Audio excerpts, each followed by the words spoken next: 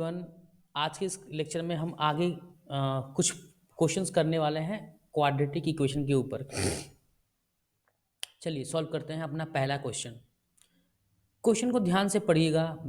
I hope मैं आपसे ये उम्मीद कर सकता हूँ कि आप क्वेश्चन को सॉल्व पहले आप करते होंगे, उसके बाद ही आप सॉल्यूशन देखते होंगे। ओके, मैंने आपसे बहुत बार बोला है कि आपको वीडियो सॉल्यूशन तभी देखना है, पहले आप क्वेश्चन को नोट कर लीजिए, वीडियो को पॉज कर दीजिए, क्वेश्चन को नोट कीजिए और खुद से सॉल्व कीजिए। एटलीस्ट 3 बार सॉल्व कीजिए अगर आपसे क्वेश्चन नहीं बनता है तो। अगर फर्स्ट अटेम्प्ट में ही बन जाता है तो आप वीडियो को रिज्यूम करके आप कंटिन्यू कर सकते हैं। If x square plus bx plus c equal to 0 and 2x square plus 9x plus 10 equal to 0 have both roots in common, इस दोनों क्वाड्रेटिक इक्वेशन के दोनों रूट्स क्या है? कॉमन है। Have both roots in common, दोनों roots common है। तो कह रहा फाइंड बी एंड सी। चलिए सबसे पहले मैं इस इक्वेशन को ऐसे लिख सकता हूँ, x square plus 9/2x plus 5 equal to 0। Just मैंने क्या किया, पूरे क्वाड्रेटिक इक्वेशन में क्या कर दिया, एलएचएस और आरएचएस दोनों में मैंने क्या कर दिया, 2 से डिवाइड कर दिया। ओके, अब देखिए, अब ये है equation x square plus b x plus c equal to 0। तो ऑब्वियस सी बात है, जब दोनों रूट्स कॉमन है तो सम ऑफ रूट क्या होगा इसका? अगर सम ऑफ रूट 9/2 है, सम ऑफ रूट 9/2 है तो यहाँ पे सम ऑफ रूट कितना होगा? -b/a। तो दोनों रूट्स अगर कॉमन है तो दोनों रूट्स का जो सम होना चाहिए वो सेम होगा। तो -b इक्वल टू 9/2, तो b की वैल्यू आ गया -9/2। प्रोडक्ट ऑफ रूट कितना होता है? c/a। तो अगर दोनों रूट सेम है, मान लीजिए दोनों रूट कॉमन है, इसके रूट अल्फा है और बीटा है, तो इसके रूट्स भी क्या होंगे? अल्फा और बीटा। तो अगर अल्फा प्लस बीटा यहाँ से 9/-b/a होगा ना, सम ऑफ रूट होता है -b/a 9/2। तो यहाँ पे सम ऑफ रूट कितना हो जाएगा? -b इक्वल टू -9/2, तो b प्लस 9/2 हो जाएगा। प्रोडक्ट ऑफ रूट यहाँ से कितना आ गया? c/a, मतलब 5/1, मतलब 5 आ गया। तो यहाँ से प्रोडक्ट ऑफ रूट कितना आएगा? अल्फा बीटा c, मतलब c आ गया। तो c इक्वल टू कितना हो जाएगा? 5। तो b आ गया 9/5 और c आ गया आपका 5। ओके, चलिए हम बढ़ते हैं अपने अगले क्वेश्चन की तरफ।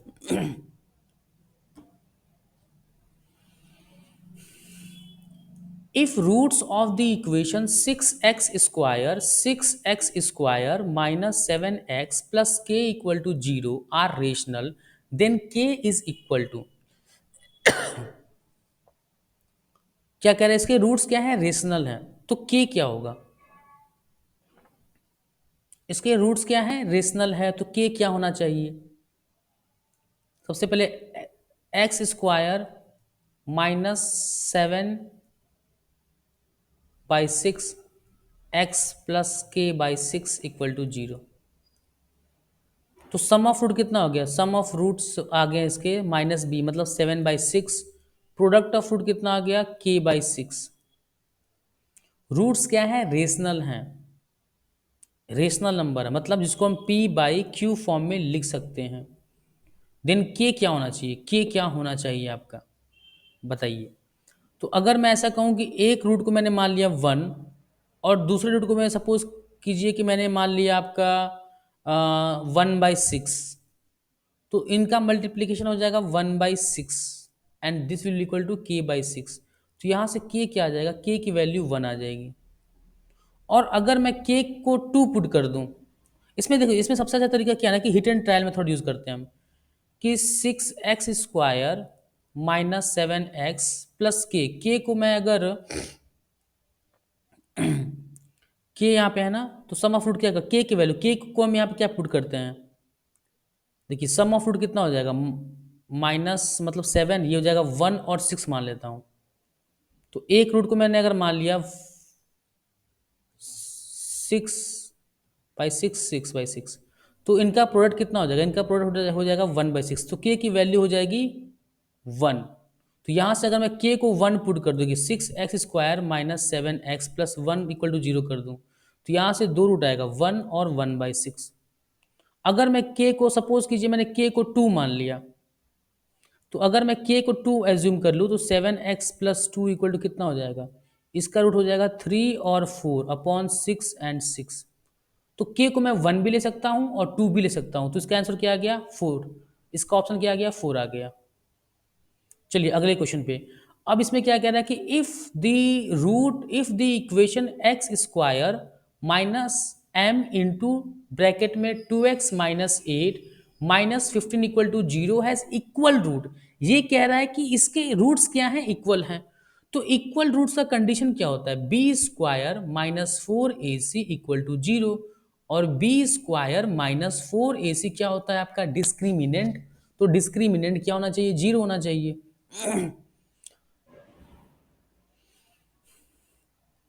तो सबसे पहले इक्वेशन को मैं ऐसे लिखता हूं, -2mx plus 8m minus 15 equal to 0। B कितना है, बी है आपका x square a x square plus b x plus c equal to 0 होता है। तो यहाँ से बी कितना आ गया -2m, तो -2m का होल स्क्वायर माइनस 4ac, ए कितना है 1 और सी कितना है 8m माइनस 15 इक्वल टू 0 होना चाहिए। ये हो गया 4m square minus 4 into 8m minus 15 equal to 0।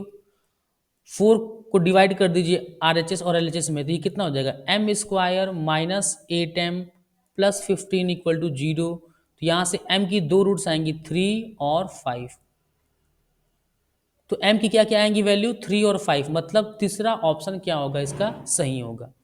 चलिए फाइंड द वैल्यू ऑफ के की वैल्यू फाइंड करना है, जिसके लिए 1 root of the quadratic equation.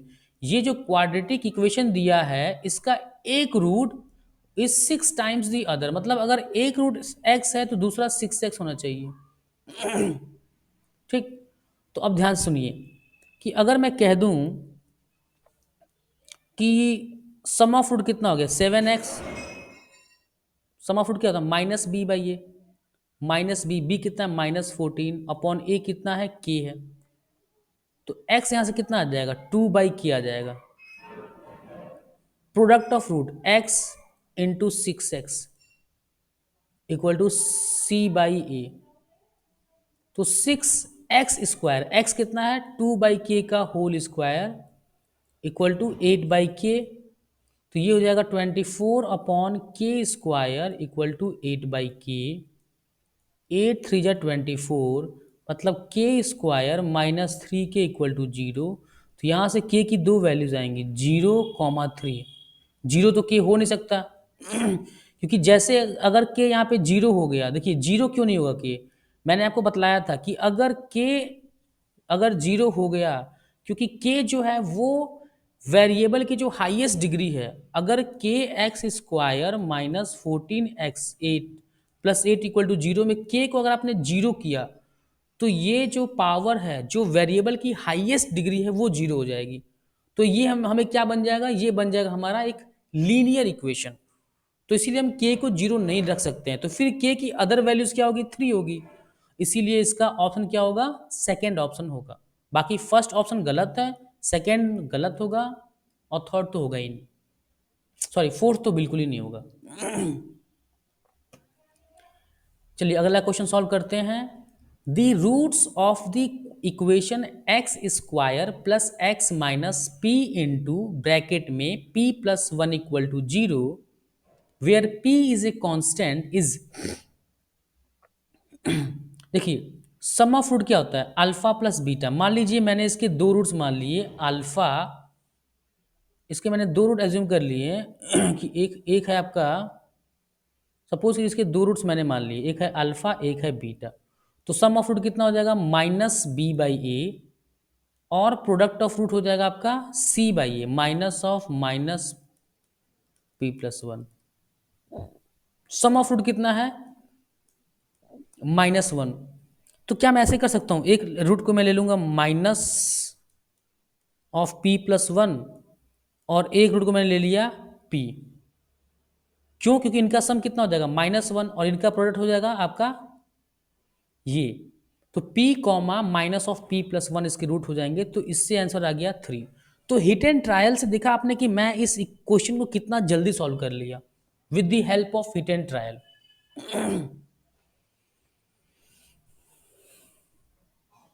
अच्छा, यहाँ पे दो ऑप्शन दोनों सेम है, ओके सॉरी, यहाँ पे ये ऑप्शन में आप एक काम कीजिए, माइनस भी लगा लीजिए, ठीक। चलिए, ओके, अब हम सॉल्व करते हैं अपना नेक्स्ट क्वेश्चन। इफ वन, क्या कह रहा है कि if one is a root of the equation this and y square plus b equal to zero, then a b क्या होगा। तो अगर वन इस क्वाड्रेटिक इक्वेशन का भी रूट है और इसका भी रूट है, तो पूछ रहा है ए इंटू बी क्या होना चाहिए। तो इसमें y की जगह 1 पुट कर दीजिए, तो a plus three equal to zero. यहाँ पे y को 1 पर पुट कर दिए, 1 plus b equal to zero. तो यहाँ से a की वैल्यू आ जाएगी -3/2 और b की वैल्यू आ जाएगी -2। a इंटू बी कितना हो जाएगा, -3/2 इंटू -2, ठीक। तो ये कितना हो जाएगा, 3 हो जाएगा। इसलिए इसका ऑप्शन क्या आएगा, first option will be the correct one. Find the roots of the quadratic equation, ये एक अच्छा क्वेश्चन है। इसमें बहुत से बच्चे क्या करते हैं ना, श्रीधराचार्य फॉर्मूला अप्लाई कर देते हैं, minus b plus minus b square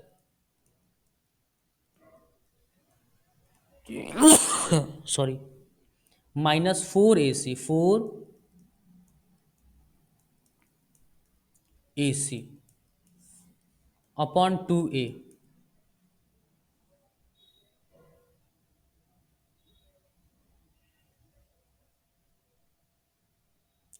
तो अब ये जो श्रीधराचार्य फॉर्मूला जो है, इसको लोग अप्लाई करते हैं, श्रीधराचार्य फॉर्मूला। लेकिन ऐसे आप कर सकते हैं, नो प्रॉब्लम, ऐसे आप बिल्कुल कर सकते हैं, लेकिन ये एक बहुत लेंदी मेथड है। इसीलिए मैं इस क्वेश्चन को, ऐसे क्वेश्चन को ना श्रीधराचार्य फॉर्मूला अप्लाई करने से मना करता हूँ बच्चों को, क्योंकि आप एक कंपटीशन एग्जाम की तैयारी कर रहे हैं, कॉम्पिटिटिव एग्जाम की, तो उसमें क्वेश्चन करना इज नॉट इम्पॉर्टेंट, क्वेश्चन कम से कम समय में होना चाहिए। तो उसके लिए क्या होना चाहिए हमारे पास, ट्रिक, स्मार्ट तरीका होना चाहिए। अब देखिए इस क्वेश्चन को मैं जल्दी कैसे सॉल्व करता हूँ। एक्स स्क्वायर -7x, ठीक, -√x +6 +√3 इक्वल टू 0, ऐसे कर सकते हैं। अब देखिए एक्स स्क्वायर -7x +6, तो जो भी रेशनल वैल्यूज है ना, जो भी रेशनल वैल्यूज हैं या जो भी रेशनल कोफिशिएंट है, मैंने उनको एक साइड लिख लिया, और बाकी जो इरेशनल कोफिशिएंट है उनको एक साइड लिख लिया मैंने। सॉरी, यहाँ पे होगा 6√3, तो ये हो जाएगा आपका 6√3 इक्वल टू 0। यहाँ से अगर आप सॉल्व करेंगे तो ये क्या हो जाएगा, एक्स की दो वैल्यूज आएंगी, 1 और 6 आएगा रूट, तो इसको मैं ऐसे लिख सकता हूँ x-1 इंटू x-6, और यहाँ पे मैं √3 कॉमन ले लूँ तो ये हो जाएगा x-6। x-6 इस टर्म में भी है और x-6 दूसरे टर्म में भी ये कॉमन है, तो x-6 को मैं पूरी तरह से कॉमन ले सकता हूँ, तो ये हो जाएगा x-1 माइनस √3 इक्वल टू 0। तो ये हो गया x-6 into x minus of 1 plus √3 equal to 0। तो यहाँ से x की दो रूट आएगा, 6, 1 प्लस √3। और अगर आप वो श्रीधराचार्य फॉर्मूला की हेल्प से सॉल्व करते तो टाइम आपको ज़्यादा लगता, बट आंसर आपका 6, 1 प्लस √3 ही आपको मिलेगा। तो जब कभी आपको ऐसे क्वेश्चन दिखे तो आपका जो बेस्ट तरीका होता है ऐसे क्वाड्रेटिक इक्वेशन को डील करने का, वो ये है कि जो भी रेशनल कोफिशिएंट है एक्स की, या जो भी रेशनल नंबर है उनको एक साइड लिखिए, और इरेशनल नंबर वाले वैल्यूज को अलग साइड करके सॉल्व कीजिए, तो आपका आंसर बहुत जल्दी आएगा बिना कैलकुलेशन का, और मिस्टेक होने की कोई चांस नहीं। ठीक, अब हम पढ़ने वाले हैं फैक्टर थियरम। फैक्टर थ्योरम क्या होता है, चलिए शुरू करते हैं। Factor theorem, the condition that x minus A is a factor of polynomial f of x if and only if f of a equal to 0। मतलब सपोज कीजिए कि एफ ऑफ एक्स एक पॉलिनोमियल है। लेट सपोज कीजिए मैंने मान लिया P X, P X की power N and Q X की power N minus one, R X की power N minus two and so on. मान लीजिए ये एक पॉलिनोमियल है ऑफ डिग्री एन है। अब ये कह रहा है कि x minus A is factor, मतलब x minus A is a factor of this polynomial f of x। ये फैक्टर होगा तब होगा जब f ऑफ a अगर हम पुट कर दें तो f of a should be equal to zero, मतलब इक्वल टू जीरो होना चाहिए। अगर f of a equal to zero है तो x माइनस ए क्या होगा, फैक्टर कहलाएगा। किसका, पॉलिनोमियल एफ एक्स का। बस वही कह रहा है कि x माइनस ए क्या होगा, फैक्टर होगा एफ एक्स का। अगर f ऑफ a क्या हो जाए, जीरो। तो अगर देखिए, अगर x minus A F of x का फैक्टर है तो f ऑफ a क्या होगा, जीरो होगा। या अगर f ऑफ a जीरो है तो x माइनस ए क्या होगा, f ऑफ x का फैक्टर होगा। वाइसे वर्सा है ये। अगर ऐसा है तो ऐसा है, या अगर या ऐसा है तो ऐसा है। अगर एल एच एस इक्वल, अगर L H S condition true हो रहा है तो आर एच एस होगा, और अगर आर एच एस भी है तो एल एच एस होगा। ठीक, तो ये सीन का मतलब क्या होता है, वाइसे वर्सा। ठीक, चलिए अब हम सॉल्व करते हैं, मतलब आते हैं अगले पार्ट पे।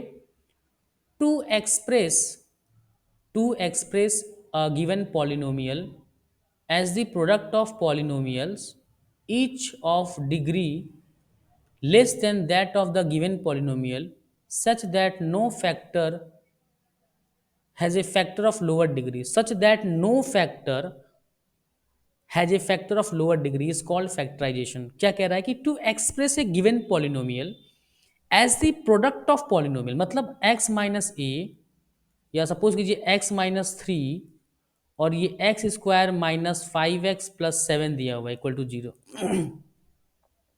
Each of degree less than that of the given polynomial. अब मान लीजिए कि ये एक पॉलिनोमियल है, इसको अगर मैं अगर मैं इस पॉलिनोमियल को सॉल्व करूँ तो कितना आएगा, x cube minus five x square plus seven x minus three x square plus fifteen x minus twenty one equal to zero. तो यहाँ से आ गया x cube minus eight x square plus fifteen, ये क्या है प्लस फिफ्टीन एक्स, तो ये हो जाएगा आपका twenty two x minus twenty one equal to zero. ये एक पॉलिनोमियल है जिसको हमने फैक्टराइज कर दिया है इस फॉर्मेट में।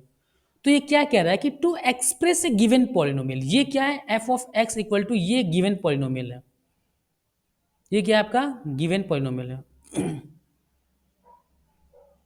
मतलब ये जो है मैंने जो ग्रीन कलर से लिखा हुआ है, ग्रीन कलर से कलर किया हुआ है, ये क्या है, एक given polynomial f of x है। इसको हम as the product of polynomial लिख सकते हैं। देखो ये भी क्या है, एक पॉलिनोमियल ऑफ डिग्री वन है, और ये भी क्या है, एक पॉलिनोमियल ऑफ डिग्री टू है। तो इसको प्रोडक्ट ऑफ पॉलिनोमियल्स हम लिख सकते हैं। Each of degree, each of degree, इसका डिग्री एंड इसका degree less than that of the given polynomial. Given polynomial का है, ये गिवन पॉलिनोमियल है, इसकी डिग्री कितनी है, तीन है। तो ऑब्वियस सी बात है तीन से कम है इसका डिग्री दो, और तीन से कम है इस पॉलिनोमियल का डिग्री एक। Such that no factor has a factor of lower degree, मतलब एक given polynomial of degree three को मैंने इन दो दो अलग अलग पॉलिनोमियल के प्रोडक्ट में मैंने लिखा। तो अब मैंने ये जो प्रोडक्ट लिखा है, मैंने प्रोडक्ट लिखा क्या, इसको फैक्टराइजेशन किया है। तो फैक्टराइजेशन में क्या, फैक्टराइजेशन का मतलब ये होता है कि ये जो फर्दर पॉलिनोमियल है of lower degree, lower degree, इनके फर्दर फैक्टर नहीं होने चाहिए। देखिए कहने का ये मतलब है ना कि ये एक्स माइनस थ्री और x square minus five x plus six equal to zero, आपको पता है ये भी क्या है, दो फैक्टर हैं एक पॉलिनोमियल का जिसकी डिग्री क्या होगी, थ्री होगी। क्यों, अगर आप इसको मल्टीप्लाई करके लिखेंगे तो ये एक पॉलिनोमियल बनेगा ऑफ डिग्री थ्री का, और उसको मैंने लिख दिया प्रोडक्ट ऑफ इट्स फैक्टर। तो ये गलत है। क्यों, क्योंकि ये जो पॉलिनोमियल है ये अभी फर्दर फैक्टराइज होगा। कैसे? x-3, इसको मैं लिख सकता हूँ x-2 इंटू x-3। तो इसको मैं फर्दर लिख सकता हूँ x-2 इंटू x-3 का होल स्क्वायर इक्वल टू 0। अब इसको बोलेंगे फैक्टराइजेशन, इसको बोलेंगे फैक्टराइजेशन, मतलब कि एक पॉलिनोमियल को हमने प्रोडक्ट ऑफ देयर फैक्टर्स लिखा है। मतलब एक पॉलिनोमियल को उसके फैक्टर्स के प्रोडक्ट में मैंने कन्वर्ट कर दिया। मतलब उसके जितने भी फैक्टर्स होंगे उसके फैक्टर्स के प्रोडक्ट में मैंने उस पॉलिनोमियल को क्या कर दिया? एक्सप्रेस कर दिया। तो ये एक पॉलिनोमियल होगा डिग्री 3 का, इसको मैंने कन्वर्ट कर दिया उसके फैक्टर्स के प्रोडक्ट के टर्म में। ये कहने का मतलब इसको बोलते हैं फैक्टराइजेशन। जैसे ये है, पहला क्वेश्चन सॉल्व करते हैं। x plus 1/x equal to 3 दिया है, हमें फाइंड करना है एक्स स्क्वायर प्लस 1/x²। अच्छा, x प्लस 1/x का अगर मैं होल स्क्वायर कर दूं तो कितना होता है? a प्लस बी का होल स्क्वायर क्या होता है? a square plus b square plus 2a into b. X x cancel, ये हो जाएगा 2।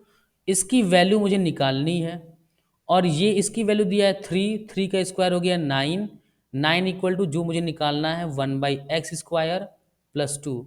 तो इसकी वैल्यू कितनी आ जाएगी? इसकी वैल्यू आ जाएगी 7।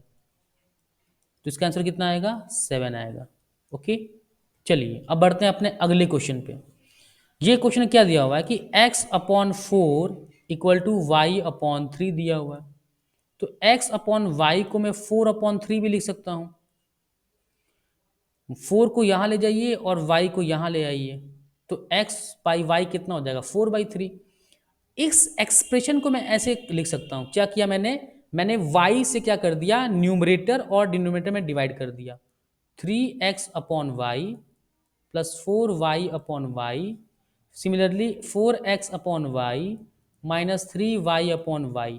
तो ये हो जाएगा 3x/y प्लस 4/4x/y माइनस 3। इसकी वैल्यू जो x/y है इसकी जगह क्या पुट कर दीजिए? 4/3। 3 इंटू 4/3 प्लस 4, 4 इंटू 4/3 माइनस 3। ये कितना हो जाएगा? 3 से 3 कैंसिल, ये हो जाएगा 8/16 माइनस 9, और ये 3 ऊपर आ जाएगा तो मल्टीप्लाई होके 24/7 आ जाएगा इसका answer. That means fourth option will B it's answer. इसको सॉल्व करते हैं। इसमें दिया हुआ a plus 1/a equal to 5 दिया हुआ है। ठीक, अब सिमिलर देखिए मैंने क्या कर दिया, दोनों साइड न्यूमरेटर, इस एक्सप्रेशन में मैंने क्या किया, न्यूमरेटर और डिनोमिनेटर से क्या कर दिया, न्यूमरेटर और डिनोमिनेटर दोनों को क्या कर दिया मैंने, a से डिवाइड कर दिया। तो ऊपर आ जाएगा 2/a, यहाँ हो जाएगा 3a माइनस 5 प्लस 3/a हो जाएगा।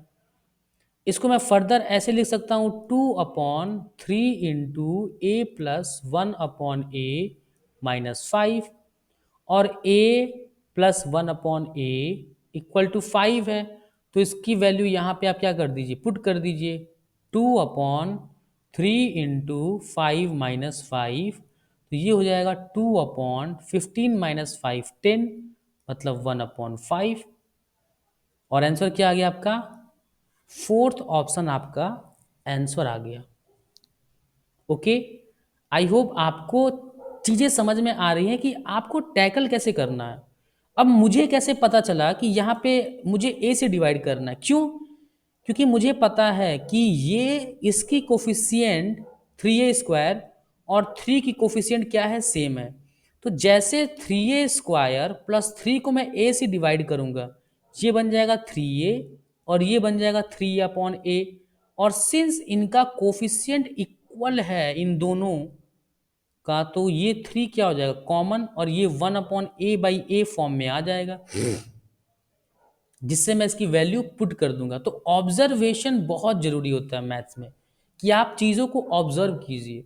और ऑब्जर्व अभी करना शुरू कीजिए, अभी से अपना ऑब्जर्वेशन स्किल को इम्प्रूव कीजिए आप। अब ये सब चीज़ें आपको इतने प्रैक्टिस में अप्लाई करना है, ये नहीं कि एग्ज़ाम में बैठ के आप डायरेक्ट अप्लाई कर रहे हैं, पहले आप यहाँ अप्लाई कीजिए। अभी आप इतना प्रैक्टिस कीजिए कि जब आप एग्ज़ाम में पहुँचे, जब एग्ज़ाम देने की टाइम हो तो आपकी प्रैक्टिस इस लेवल की होनी चाहिए कि क्वेश्चन को देख के आपको समझ में आना चाहिए कि मुझे करना क्या है यहाँ पे। चलिए अब हम सॉल्व करते हैं अपना next question. The value of the expression X की power 4 minus 15x³ plus 15x² plus 15 at X equal to 14 is at X equal to 14 पे क्या होगा? ठीक, क्या ऐसे आप करेंगे? 15 की पावर 4 माइनस 15 इंटू 14 की पावर 3 प्लस 15 इंटू 14 की पावर 2 प्लस 15, तो क्या ऐसे सॉल्व करना है? बिल्कुल नहीं। ये कह रहा है कि x इक्वल टू 14 पे इस एक्सप्रेशन की वैल्यू क्या होगी? तो x इक्वल टू 14 को मैं ऐसे लिख सकता हूँ, x माइनस 14 इक्वल टू 0। ठीक, मतलब x माइनस 14 की वैल्यू क्या होगी? 0 होगी। तो अब मैं क्या करता हूँ, इसको फैक्टराइज करता हूँ x माइनस 14 से। तो x³ इंटू एक्स माइनस 14 में लिख सकता हूँ। ठीक, minus x² into x minus 14। तो अब देखिए x की पावर 4 को तो हमने इसमें कवर कर लिया है। जब ये x³ x से मल्टीप्लाई होगा तो x की पावर 4 कवर हो गया। फिर ये x³ माइनस 14 से मल्टीप्लाई होगा तो कितना आएगा? Minus 14x³। फिर ये माइनस x² इंटू एक्स कितना होता है? Minus x³। तो जब आप इनको ऐड करोगे तो कितना आएगा? Minus 15x³। ठीक, तो ये भी हमने कवर कर लिया। और यहाँ से क्या आ रहा है? माइनस x² इंटू माइनस 14, तो ये हो जाएगा प्लस 14x²। और यहाँ पे हमें कितना चाहिए? Plus 15x²। तो उसके लिए हम क्या करेंगे? Plus x into x minus 14 कर देंगे। यहाँ से कितना आएगा? x इंटू एक्स कितना होता है? x², तो प्लस x² कितना हो जाएगा? मतलब 15x² हो गया। ओके, अब ये कितना हो जाएगा? माइनस ये कितना होगा? Minus 14x। अब इसमें माइनस 14x भी आ गया, तो मुझे प्लस करना पड़ेगा 14 इंटू एक्स माइनस 14 करना पड़ेगा। क्यों? ये 14 जब x से मल्टीप्लाई होगा तो कितना आ जाएगा? 14x। तो माइनस 14x प्लस 14x ये हो जाएगा 0। तो x की पावर 1 वाली जो वेरिएबल होगा उसकी कोफिशिएंट 0 हो जाएगा। इसीलिए इस एक्सप्रेशन में कहीं भी x की पावर 1 नहीं दिया हुआ है, यहाँ भी हमने 0 कर दिया। प्लस 15 आ रहा है। अब यहाँ से 14 इंटू माइनस 14 होता है माइनस 196। तो प्लस 15 करने के लिए इसमें हम क्या ऐड करें सो दैट कि हमारा जो आंसर में प्लस 15 आ जाए? मतलब ये प्लस 15 हमें लाना है। हमने x की पावर 4, x की पावर 3, x² सबका कोफिशिएंट हमने मैनेज कर लिया। अब यहाँ पे आ रहा है मेरा एक्सप्रेशन में माइनस 196। तो प्लस में कितना करूँ माइनस 196 में सो दैट मेरा आंसर प्लस 15 आ जाए?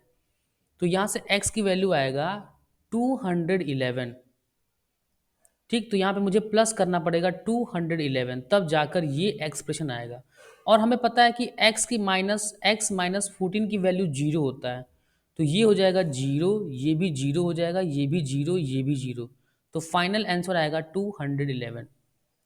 मतलब x इक्वल टू 14 अगर आप उसमें पुट करेंगे, x की जगह 14 पुट करेंगे तो सॉल्व करने के बाद आप ये भी अगर आप सॉल्व करोगे तो यहाँ से भी आंसर आएगा 211 ही। अब आप बोलोगे आपको ये तरीका हो सकता है कि अभी थोड़ा सा डिफिकल्ट लगे क्योंकि ऐसा आपको आदत नहीं है, प्रैक्टिस नहीं है ऐसे क्वेश्चन को सॉल्व करने का। तो जैसे प्रैक्टिस होगा ना तो ये मेथड आपको लेंदी लगेगा और ये वाली मेथड आपको सबसे बेहतरीन लगेगा। बस आपको प्रैक्टिस करना है। चलिए अगला क्वेश्चन सॉल्व करते हैं। क्या कह रहा है अगला क्वेश्चन? ध्यान से पढ़िए। सबसे पहले वीडियो को पॉज करके आपको क्वेश्चन खुद से करना है, देन वीडियो को रिज्यूम करना है। If x minus three is a factor of polynomial this, find the value of k। Again x minus three क्या है, फैक्टर है, तो x माइनस थ्री से ऑब्वियस सी बात है ये जो होगा ये क्या होगा, डिविजिबल हो जाएगा। तो x into x minus three, ठीक। यहां से देखिए यहाँ क्या हो गया, ये x square minus three X आ गया, माइनस थ्री एक्स आ गया। लेकिन यहाँ पे हमें क्या लाना है, प्लस के लाना है, तो के प्लस थ्री हो जाएगा, के plus three into x, x minus three. अब ये कितना हो जाएगा, के प्लस थ्री इंटू थ्री, के plus three into three minus में, तो ये किसके बराबर होना चाहिए, ये होना चाहिए माइनस सिक्स के बराबर होना चाहिए,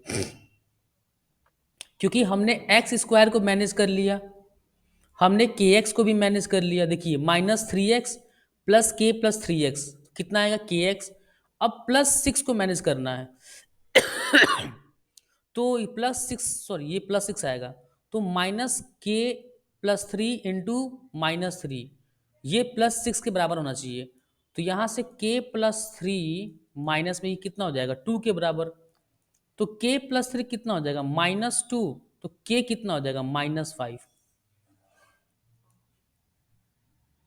क्योंकि इसने कहा है कि x माइनस थ्री एक फैक्टर है, तो x माइनस थ्री यहां से भी कॉमन आएगा, इस टर्म से भी, और इस टर्म से भी x माइनस थ्री कॉमन आएगा। तो x minus three into x plus three, के प्लस थ्री, ठीक। मतलब इसको ऐसे लिख सकते हैं, x minus three into x plus के प्लस थ्री। तो उसका एक रूट कितना हो गया, x माइनस थ्री। वहां पे क्या है भी रहा है कि x माइनस थ्री क्या हो गया, फैक्टर हो गया, इसके दो फैक्टर हो गए ना, ये एक हो गया x माइनस थ्री और दूसरा हो गया x प्लस के प्लस थ्री। तो यहाँ पे एक फैक्टर कहा है कि x माइनस थ्री है, तो मैंने देखिए x माइनस थ्री क्या बना दिया, एक फैक्टर बना दिया। या इसका एक तरीका और भी है सॉल्व करने का, कि अगर x माइनस थ्री फैक्टर है इस पॉलिनोमियल का, तो x माइनस थ्री अगर फैक्टर है तो x equal to three put करने पे इस पूरे की वैल्यू क्या होनी चाहिए, जीरो। तो थ्री थ्री जा नाइन प्लस थ्री के प्लस सिक्स इक्वल टू हो जाएगा जीरो, थ्री के इक्वल टू हो जाएगा माइनस फिफ्टीन, के इक्वल टू हो जाएगा माइनस फाइव। ये ज़्यादा इजी तरीका है। तो फिर आप बोलोगे सर मैं, आपने फिर पहला तरीका क्यों बतलाया, लेंदी तरीका। मैं आपको कॉन्सेप्ट सिखा रहा हूं अभी।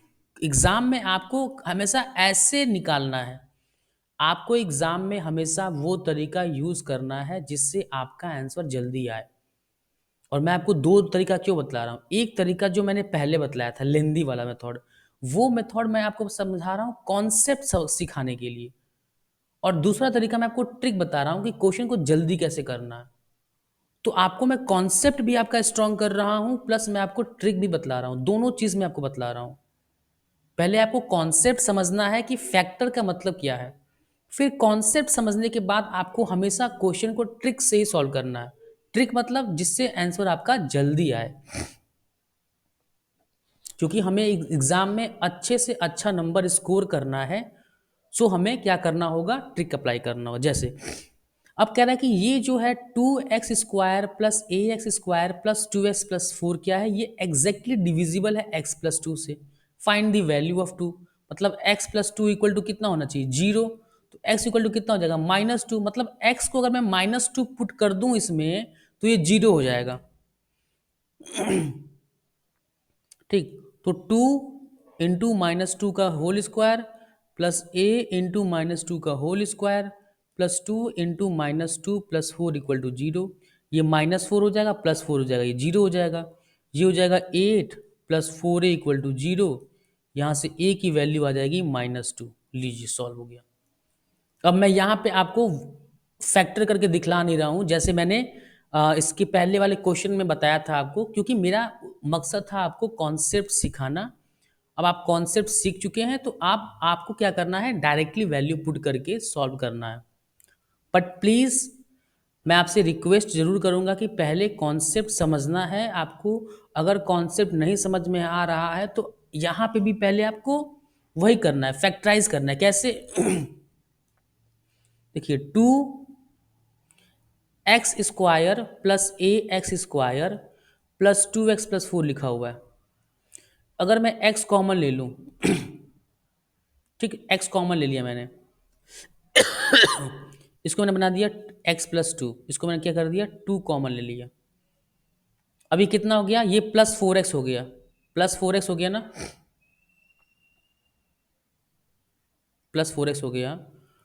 तो इसको मुझे क्या फिर क्या करना होगा, मैं यहाँ से ax ले लेता हूँ कॉमन, फिर यहाँ से मैं क्या करूँगा, x+2 ले लिया।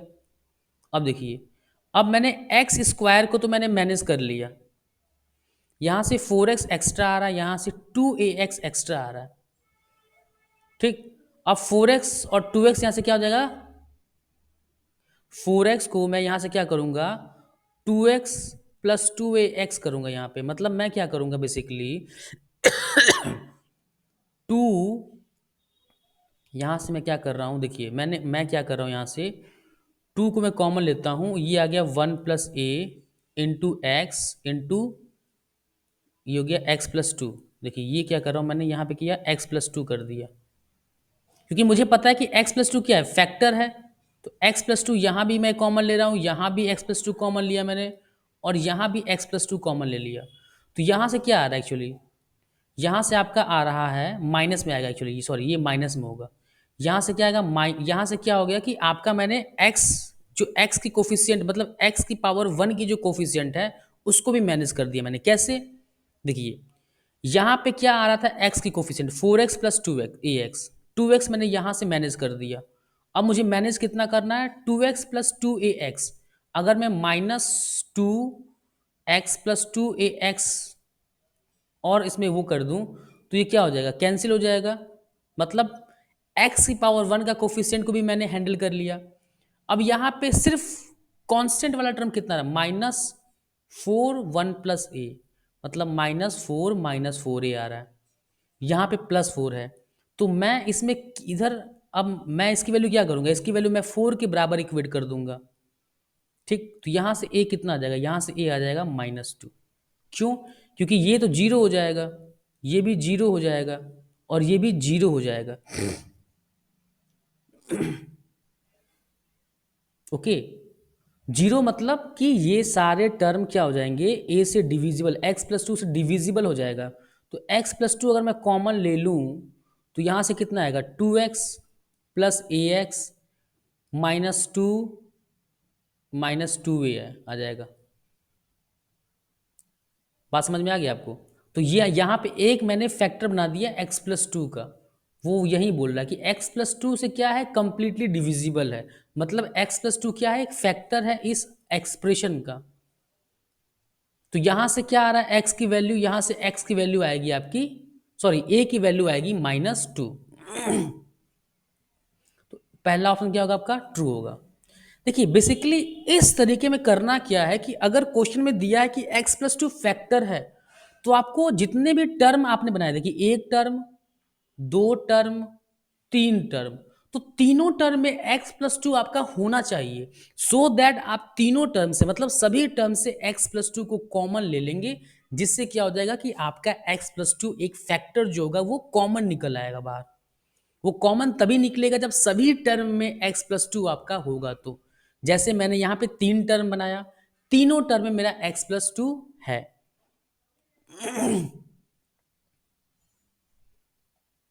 चलिए अगला क्वेश्चन सॉल्व करते हैं। If x-2 is a factor of this, then the value of q। तो x-2 फैक्टर है, मतलब x = 2 पे क्या होना चाहिए, 0 होना चाहिए। 0 का मतलब क्या होता है, कई बच्चे बोलेंगे कि सर 0 क्यों कर रहे हैं आप, मतलब x = अगर मैं 2 इसमें पुट कर दूं तो वो 0 क्या आएगा, 0 हमें क्या मतलब है, 0 मतलब रिमाइंडर 0 आना चाहिए। बात समझिए, अगर मैं आपसे कहता हूं कि x = 2 पुट करने में ये एक्सप्रेशन की वैल्यू 0 होनी चाहिए, मतलब अगर x-2 फैक्टर है, x-2 फैक्टर है तो ऑब्वियस सी बात है इसको पूरा कंप्लीटली डिवाइड करेगा। कंप्लीटली जब कोई चीज डिवाइड कर देगा तो रिमाइंडर कितना आएगा, 0।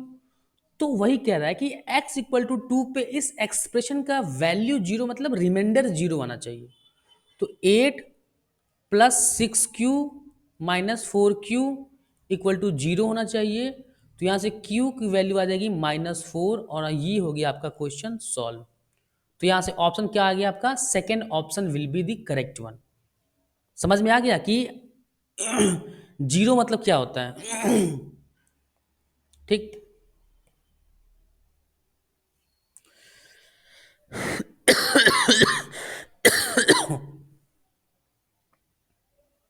देखिए अभी कई बच्चों को डाउट होगा, तो मैं डाउट क्लियर कर देता हूँ कि x इक्वल टू 2 पे 0 क्यों आएगा। ये देखिए x square into x minus 2, मैंने एक्स क्यूब को सेटल कर दिया।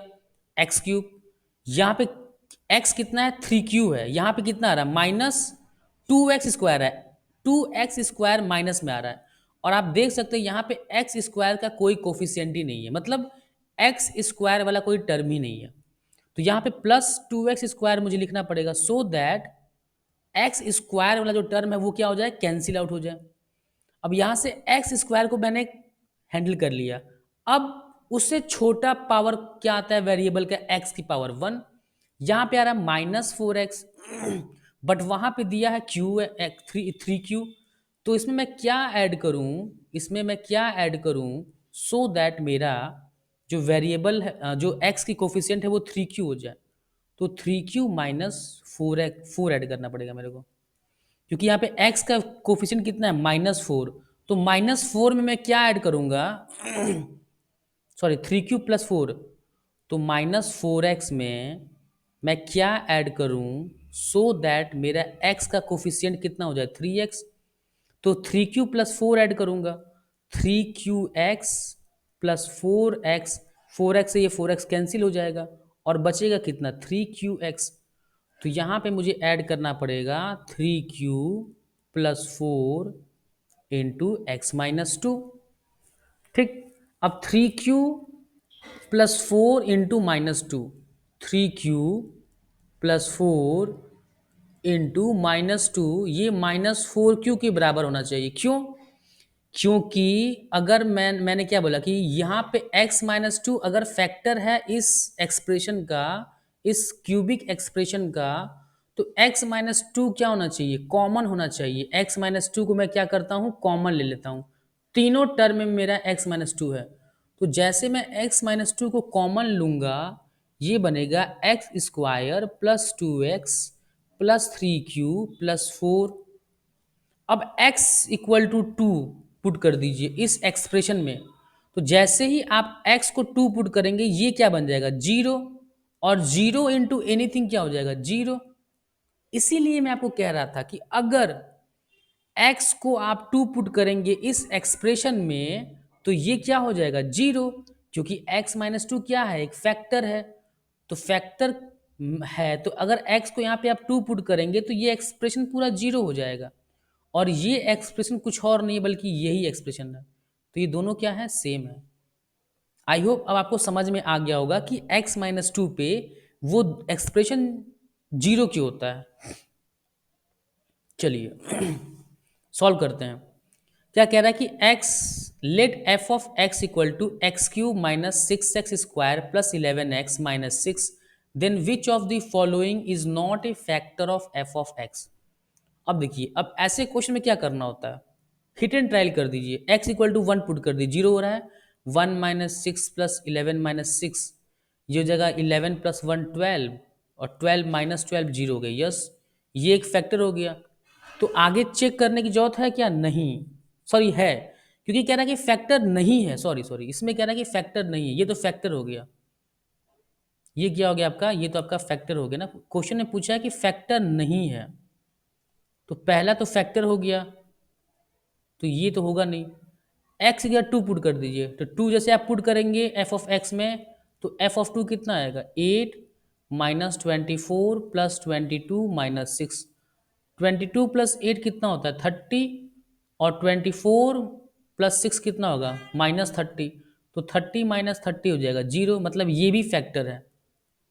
और हमें क्या निकालना है कि ऐसा ऐसा वैल्यू लेना जो कि फैक्टर 9 हो। x की जगह 3 पुट कर दीजिए। 27 एफ ऑफ 3 कितना आएगा?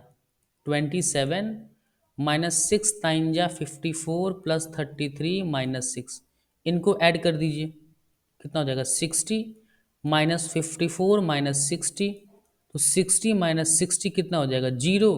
मतलब ये भी फैक्टर है, ये भी आंसर नहीं होगा। तो जो बच गया फोर्थ ऑप्शन हमारा क्या होगा? आंसर होगा। ठीक। इस क्वेश्चन को हम ऐसे भी कर सकते हैं। अगर आपको लगता है कि सर 4 ऑप्शन कौन चेक करेगा, तो लीजिए एक तरीका और भी है इसका। एक्स क्यूब, देखिए इसको x को मैं कॉमन ले लेता हूँ, ये हो जाएगा मेरा एक्स स्क्वायर माइनस 6x। ठीक, माइनस 6x हो गया। और इसको मैं 8 ले लेता हूँ, तो ये हो जाएगा 3x माइनस 6। ये हो जाएगा x minus 2, x minus 4 into x, और ये हो जाएगा 3 कॉमन ले लो तो x माइनस 2। x माइनस 2 यहाँ भी कॉमन है और आपका ये भी कॉमन है, दोनों टर्म में x माइनस 2 क्या है? कॉमन है। तो x माइनस 2 मैंने क्या ले लिया? कॉमन ही ले लिया दोनों टर्म से। ये हो जाएगा x into x minus 4 plus 3। इसको लिख लीजिए x square minus 4x plus 3। X minus 2 common ले लीजिए, और ये हो जाएगा x minus 1 into x minus 3, क्योंकि इसके दो रूट हैं 1 और 3। तो कितने रूट्स हो गए इसके? 2। इसके x माइनस 1 भी एक फैक्टर है, x माइनस 1 भी एक फैक्टर है, x माइनस 2 भी फैक्टर है, x माइनस 3 भी फैक्टर है। और क्वेश्चन में कह रहा है कि कौन सा फैक्टर नहीं होगा, तो वो x प्लस 3 इसका फैक्टर नहीं होगा। तो मैंने आपको एक क्वेश्चन करने के दो दो अलग अलग तरीके बता दिए हैं। अब आपके ऊपर डिपेंड करता है कि आपको कौन सा तरीका इजी लगता है, हिट एंड ट्रायल वाला या ऐसे इन जनरल सॉल्व करके आपको इजी लगता है। ओके, ये अब मैंने आपके ऊपर छोड़ दिया। Hello everyone, welcome to the live Silp academy. Live Silp academy में आप सभी का बहुत बहुत स्वागत है। आज की क्लास में हम एल्जेब्रा का जो नेक्स्ट एल्जेब्रा में जो हम नेक्स्ट चीज़ पढ़ेंगे वो क्या है? Arithmetic progression and geometric progression, AP and GP. Short में इसको एपी एंड जीपी भी पढ़ते हैं।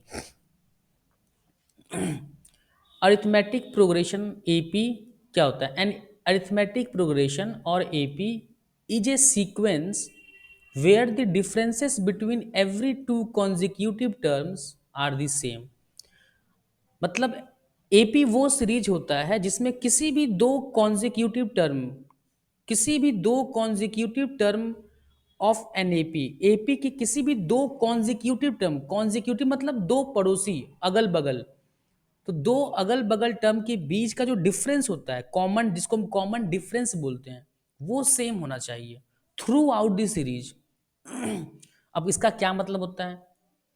और it is abbreviated as an AP, मतलब शॉर्ट फॉर्म में इसको हम एपी बोलते हैं। देखिए कुछ एग्जांपल से मैं आपको समझाता हूँ। 1 2 3 4 5 6, किसी भी दो कॉन्जिक्यूटिव टर्म को पकड़िए, ये दोनों क्या है? कॉन्जिक्यूटिव, मतलब एक के बाद जस्ट अगला। इनके बीच डिफरेंस कितना है? 1। मतलब 2 में मैं 1 ऐड कर दूंगा तो 3 मिलेगा। 3 और 4 में देखिए डिफरेंस 1 का, 4 और 5 में डिफरेंस 1 का, 5 और 6 में डिफरेंस 1 का। ये क्या है? एक ये नेचुरल नंबर का ये क्या है? सीरीज है, नेचुरल नंबर का सीरीज है ये। अब ये क्या है? ये भी एक एपी है। 4 8 12 16 20, इसमें किसी भी दो कॉन्जिक्यूटिव टर्म के बीच का डिफरेंस कितना है? 4 का है।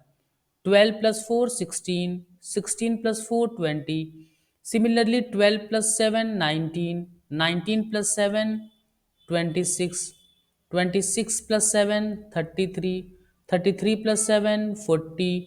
तो अब देखिए किसी भी दो कॉन्जिक्यूटिव टर्म के बीच का जो डिफरेंस है वो क्या है? सिमिलर है, सेम है थ्रू आउट द सीरीज, पूरे सीरीज में। और इस कॉमन डिफरेंस को हम स्मॉल डी से रिप्रेजेंट करते हैं। और इस सभी सीरीज का जो पहला टर्म होता है, फर्स्ट टर्म, जैसे पहला जो सीरीज है नेचुरल नंबर का, इसका जो पहला टर्म क्या है? 1 है। तो फर्स्ट टर्म को हम रिप्रेजेंट करते हैं ए से। A implies first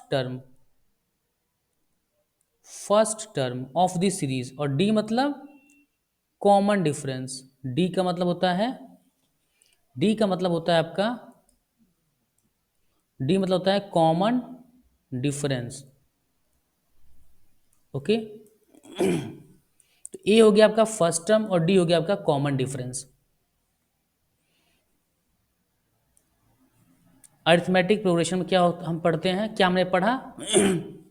first term हो गया ए, कॉमन डिफरेंस हो गया डी। अब देखिए अरिथमेटिक्स प्रोग्रेशन का जो स्टैंडर्ड होता है ना, स्टैंडर्ड कैसे दिखता है वो देखिए।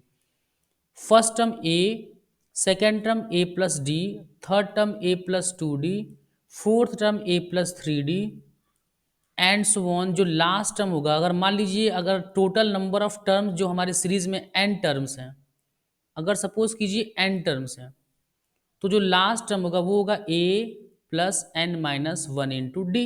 अब बोलो सर एन माइनस वन क्यों? क्योंकि आपका जो डी शुरू हुआ है वो सेकेंड टर्म से शुरू हो रहा है, सेकेंड टर्म से आपका कॉमन डिफरेंस पिक्चर में आ रहा है। फर्स्ट टर्म में कोई कॉमन डिफरेंस डी है ही नहीं, तो d actually n minus one term में ही तो डी है, d n minus one term में ही तो है, क्योंकि एक टर्म में डी है ही नहीं, तो डी ऑब्वियस सी बात है। अगर यहां से शुरुआत हुआ है वन से, तो लास्ट टर्म में क्या होगा, एन माइनस वन होगा। सम ऑफ एपी कैसे निकालते हैं?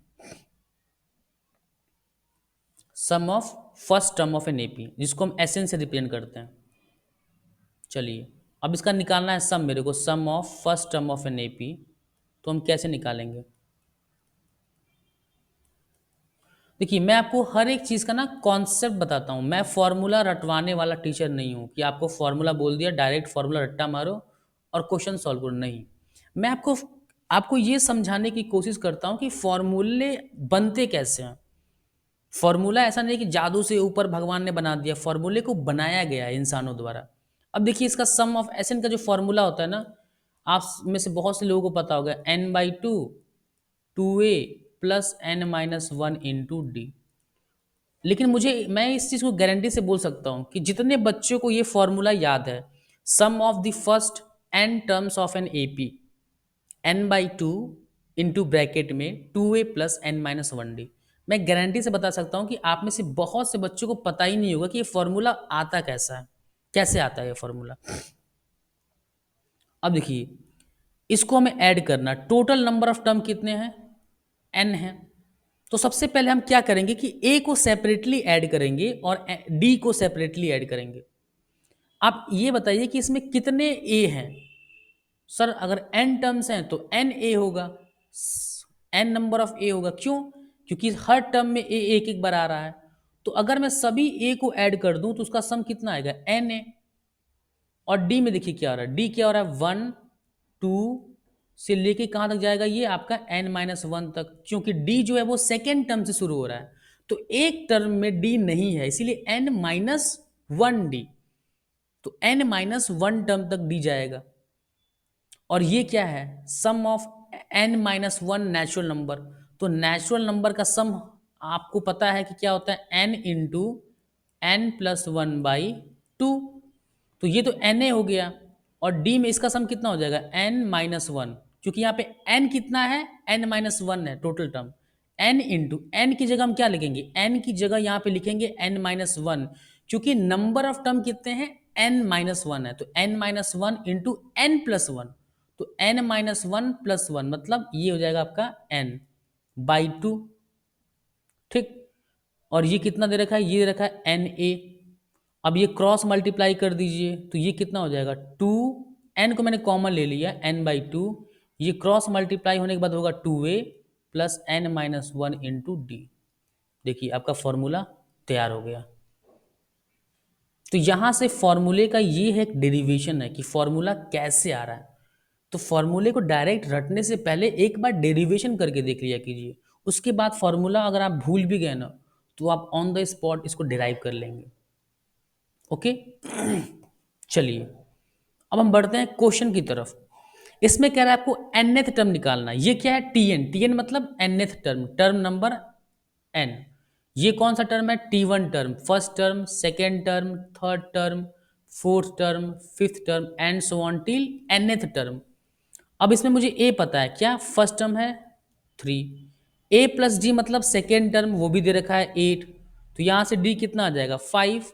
अब मुझे कॉमन डिफरेंस भी पता है, डी फर्स्ट टर्म भी पता है मेरे को 3, तो इसका लास्ट टर्म कितना? लास्ट टर्म होता है A plus N minus one into D, ये होता है लास्ट टर्म। मतलब T N equal to A कितना है 5 plus N minus one into, sorry A है हमारा 3 और डी है हमारा 5, तो ये सॉल्व होकर आ जाएगा 5n-2 टी एन टर्म।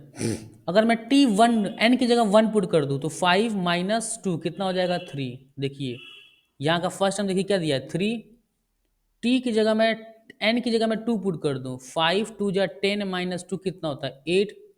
देखिए यहाँ पे 8 है सेकेंड टर्म।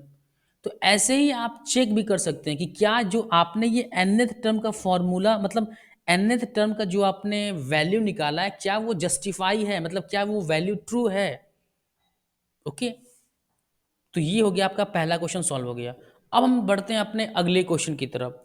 इसमें कह रहा है कि find the sum of the 10 terms of the series of the following series. तो इसका फर्स्ट टर्म कितना दे रखा है? फर्स्ट टर्म कितना आपका -11।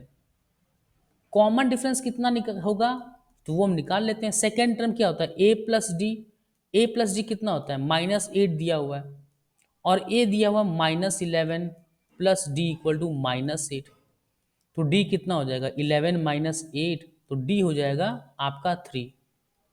तो डी क्या हो जाएगा आपका 3। तो देखिए डी की वैल्यू, देखिए डी 2 होता है, डी क्या क्या हो सकता है, डी आपका ग्रेटर देन 0 हो सकता है, डी आपका 0 हो सकता है और डी आपका लेस देन 0। तो अगर डी कभी भी ग्रेटर देन 0 हो तो इसको हम बोलते हैं इंक्रीजिंग एपी, इसको हम बोलते हैं इंक्रीजिंग एपी। और ये होता है आपका कांस्टेंट एपी, कांस्टेंट एपी, ये भी एपी में है क्योंकि कॉमन डिफरेंस क्या है 0। और डी अगर निगेटिव हो तो इसको हम बोलते हैं डिक्रीजिंग एपी, मतलब एक ऐसा एपी जिसमें हर अगला टर्म क्या हो घटते जाए, तो उसको बोलते हैं डिक्रीजिंग एपी। तो इसमें मुझे ए भी मिल गया कितना -11 और डी है +3, तो 10th टर्म निकालना मतलब T10 निकालना है। तो कैसे निकालते हैं 10th term? a plus N minus one, n कितना यहाँ पे हम लेंगे T10 है तो n मतलब 10 है, तो 10 - 1 इंटू डी, ए कितना है -11 प्लस 9 इंटू 3, 9 3 जा 27 -7 कितना होता है 16, तो 10th टर्म जो होगा वो आपका होगा 16 होगा। तो ऐसे आपको सॉल्व करना है। ओके, चलिए अब हम बढ़ते हैं अपने अगले क्वेश्चन की तरफ। इन एन एपी, एक एपी में है second first term, second term और लास्ट टर्म है 5 9 एंड 101 रेस्पेक्टिवली। रेस्पेक्टिवली मतलब फर्स्ट टर्म है 5, सेकेंड टर्म है 9 एंड लास्ट टर्म है 101। Find the total number of terms of an AP, मतलब नंबर ऑफ टर्म बताना है। आपको क्या गिवन है? ए गिवन है, सेकेंड टर्म मतलब ए प्लस डी भी दिया हुआ है 9, ए को यहाँ 5 पुट कर दीजिए प्लस डी इक्वल टू 9, तो यहाँ से आपका डी कितना आ जाएगा? डी आ जाएगा आपका 4 आ जाएगा डी, और ए कितना दिया है 5 दिया हुआ है। ठीक, तो अगर ए आपका 5 है, डी आपका 4 है और लास्ट टर्म दिया, लास्ट टर्म क्या होता है A plus N minus one into D, और मुझे ये एन ही निकालना है, इक्वल टू 101 दिया है। ए की वैल्यू आप पुट कर दीजिए 5, n minus one into d कितना है 4 इक्वल टू 101। यहाँ से आप सॉल्व करेंगे तो N minus one into four कितना आएगा 96, तो यहाँ से आपका एन माइनस वन कितना आ गया 24, तो एन कितना होगा आपका 25। कितना इजी है। तो एपीजीपी के क्वेश्चन बहुत इजी होते हैं, मतलब ये आप समझिए कि फ्री के नंबर हैं आपको मिल रहे हैं। अगर कभी आपके सीयूईटी के टेस्ट में अगर आपने आपके एग्जाम में अगर एपीजीपी के क्वेश्चन आते हैं तो समझिए कि ये आपके स्कोरिंग टॉपिक की क्वेश्चन है, ये क्वेश्चन आपको करना ही करना है, बहुत इजी क्वेश्चन आते हैं। The sum of the first three terms of an AP is 42, मतलब a minus d plus a plus d equal to 42। देखिए कभी भी हमेशा ध्यान रखिएगा, कभी भी अगर आपसे कहे क्वेश्चन में ऐसे क्वेश्चन आ जाए कि पहले तीन टर्म का सम 42 दिया है, तो आपको एपी का पहला तीन टर्म हमेशा ऐसे लेना है, A minus d plus a plus D. अब ये भी एपी में है, अगर आप पहले वाले टर्म में डी ऐड करेंगे तो आपको दूसरा टर्म मिलेगा, फिर आप डी ऐड करेंगे दूसरे टर्म में तो आपको तीसरा टर्म मिलेगा। और अगर आपको दे दिया कि यहाँ पे instead of first three term दे दिए, अगर आपसे क्वेश्चन में कहा है कि the sum of the first four term, अभी आपसे क्या बोला जा रहा है, अभी आपसे कहा जा रहा है कि पहले तीन टर्म का सम 42 दिया है, मतलब sum of the first three term, three मतलब ऑड नंबर ऑफ टर्म। तो कभी भी ऑड नंबर ऑफ टर्म का सम आए, first three term, first five term plus plus first seven term, तो आपको ऐसे ही चलना है। अगर फाइव टर्म देता है तो क्या करते हैं आप, ए माइनस टू डी, ए माइनस डी, ए प्लस डी, ए प्लस टू डी, तो ऐसे आपको पांच टर्म लेना होगा। और दे दे कि फर्स्ट फोर टर्म मतलब इवन नंबर ऑफ टर्म के बारे में बात करें तो क्या करना है, दो दो का डिफरेंस करना, मतलब ए माइनस थ्री डी, मतलब हर टर्म के बीच टू डी का डिफरेंस होगा, ए माइनस डी, ए प्लस डी, ए प्लस थ्री डी। तो अगर कभी ई ऑड इवन नंबर आए तो आपको डिफरेंस क्या होना चाहिए, टू डी का होना चाहिए। कॉमन डिफरेंस अभी क्या है, कॉमन डिफरेंस है उनके बीच का, कॉमन डिफरेंस क्या है, वो टू डी के बराबर है। और जब ऑड नंबर में होगा तो कॉमन डिफरेंस डी होगा आपका, बस इतना सा ध्यान देना है आपको।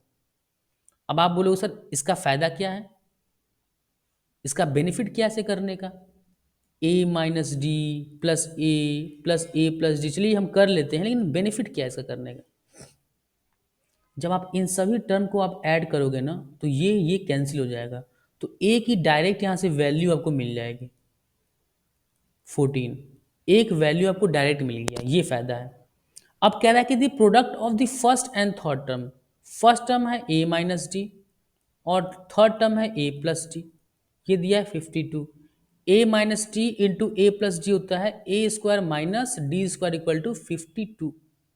ए था 14, 14 का स्क्वायर होता है 196 minus D square equal to 52, तो यहाँ से डी स्क्वायर आ जाएगा 144, तो यहाँ से डी की वैल्यू कितनी आ जाएगी, डी की वैल्यू आएगी प्लस माइनस 12 आएगा, दोनों आएगा, क्योंकि मैंने आपको अभी इसके पहले वाले क्वेश्चन में बतलाया था कि डी आपका प्लस और निगेटिव दोनों हो सकता है, डी आपका ग्रेटर देन जीरो भी हो सकता है और डी आपका लेस देन जीरो भी हो सकता है, बट बस फर्क पड़ेगा इंक्रीजिंग एंड डिक्रीजिंग एपी में। ओके, तो यहाँ पे अगर मैंने सपोज कीजिए मैं डी को ग्रेटर देन जीरो लेता हूँ, तो ए मतलब 14 माइनस डी, डी कितना लेंगे 12 लेते हैं, डी माइनस यहाँ पे डी लेते हैं 12, ठीक। फिर अगला है 14 ए और ये ए प्लस जी मतलब 14 प्लस 12, तो कुछ ऐसे आएगा आपका 2 और 14 और 26, और अगर मैं d को लेस देन जीरो लेता हूँ मतलब d इक्वल टू माइनस 12, तो ये होगा 14 माइनस ऑफ माइनस 12, फिर a होगा 14 और a प्लस डी मतलब a मतलब 14 माइनस 12, तो ये हो जाएगा 26, ये हो जाएगा 14, ये हो जाएगा 2। तो यहाँ से आपको एक डिक्रीजिंग AP मिला अगर आपका d लेस देन जीरो है, और ये AP कैसा है, इंक्रीजिंग AP है। लेकिन हमसे ये नहीं पूछा है कि AP के पहले तीन टर्म बताइए, इसने पूछा है first term that is A, वो तो 14 है, एंड कॉमन डिफरेंस वो है आपका 12, क्योंकि -12 भी होगा, वैसे कॉमन डिफरेंस आपका -12 भी हो सकता है, सिर्फ 12 नहीं होगा, -12 भी होगा, तो ये होगा आपका पहला ऑप्शन होगा। क्योंकि पहला हमने क्वेश्चन में पहले क्या बोला है कि पहले बोला है, क्वेश्चन में पूछा है कि पहले फर्स्ट टर्म के बारे में पूछा है, तो फर्स्ट टर्म 14 होगा, फिर पूछा है कॉमन डिफरेंस वो होगा 12, तो इसी ऑर्डर में आपको आंसर भी देना है, ठीक। अगर आप ये सेकेंड ऑप्शन देंगे तो आपने ऑर्डर ब्रेक कर दिया, आपने फर्स्ट टर्म को बता दिया 12, कॉमन डिफरेंस को बता दिया 14, इसीलिए फर्स्ट टर्म करेक्ट है, सेकेंड टर्म गलत है। तो ये भी ध्यान दीजिएगा कि क्वेश्चन आपसे किस टर्म में आपसे पूछा जा रहा है, मतलब किस सीक्वेंस में। पहले आपसे कॉमन डिफरेंस पूछा जा रहा है या फर्स्ट टर्म।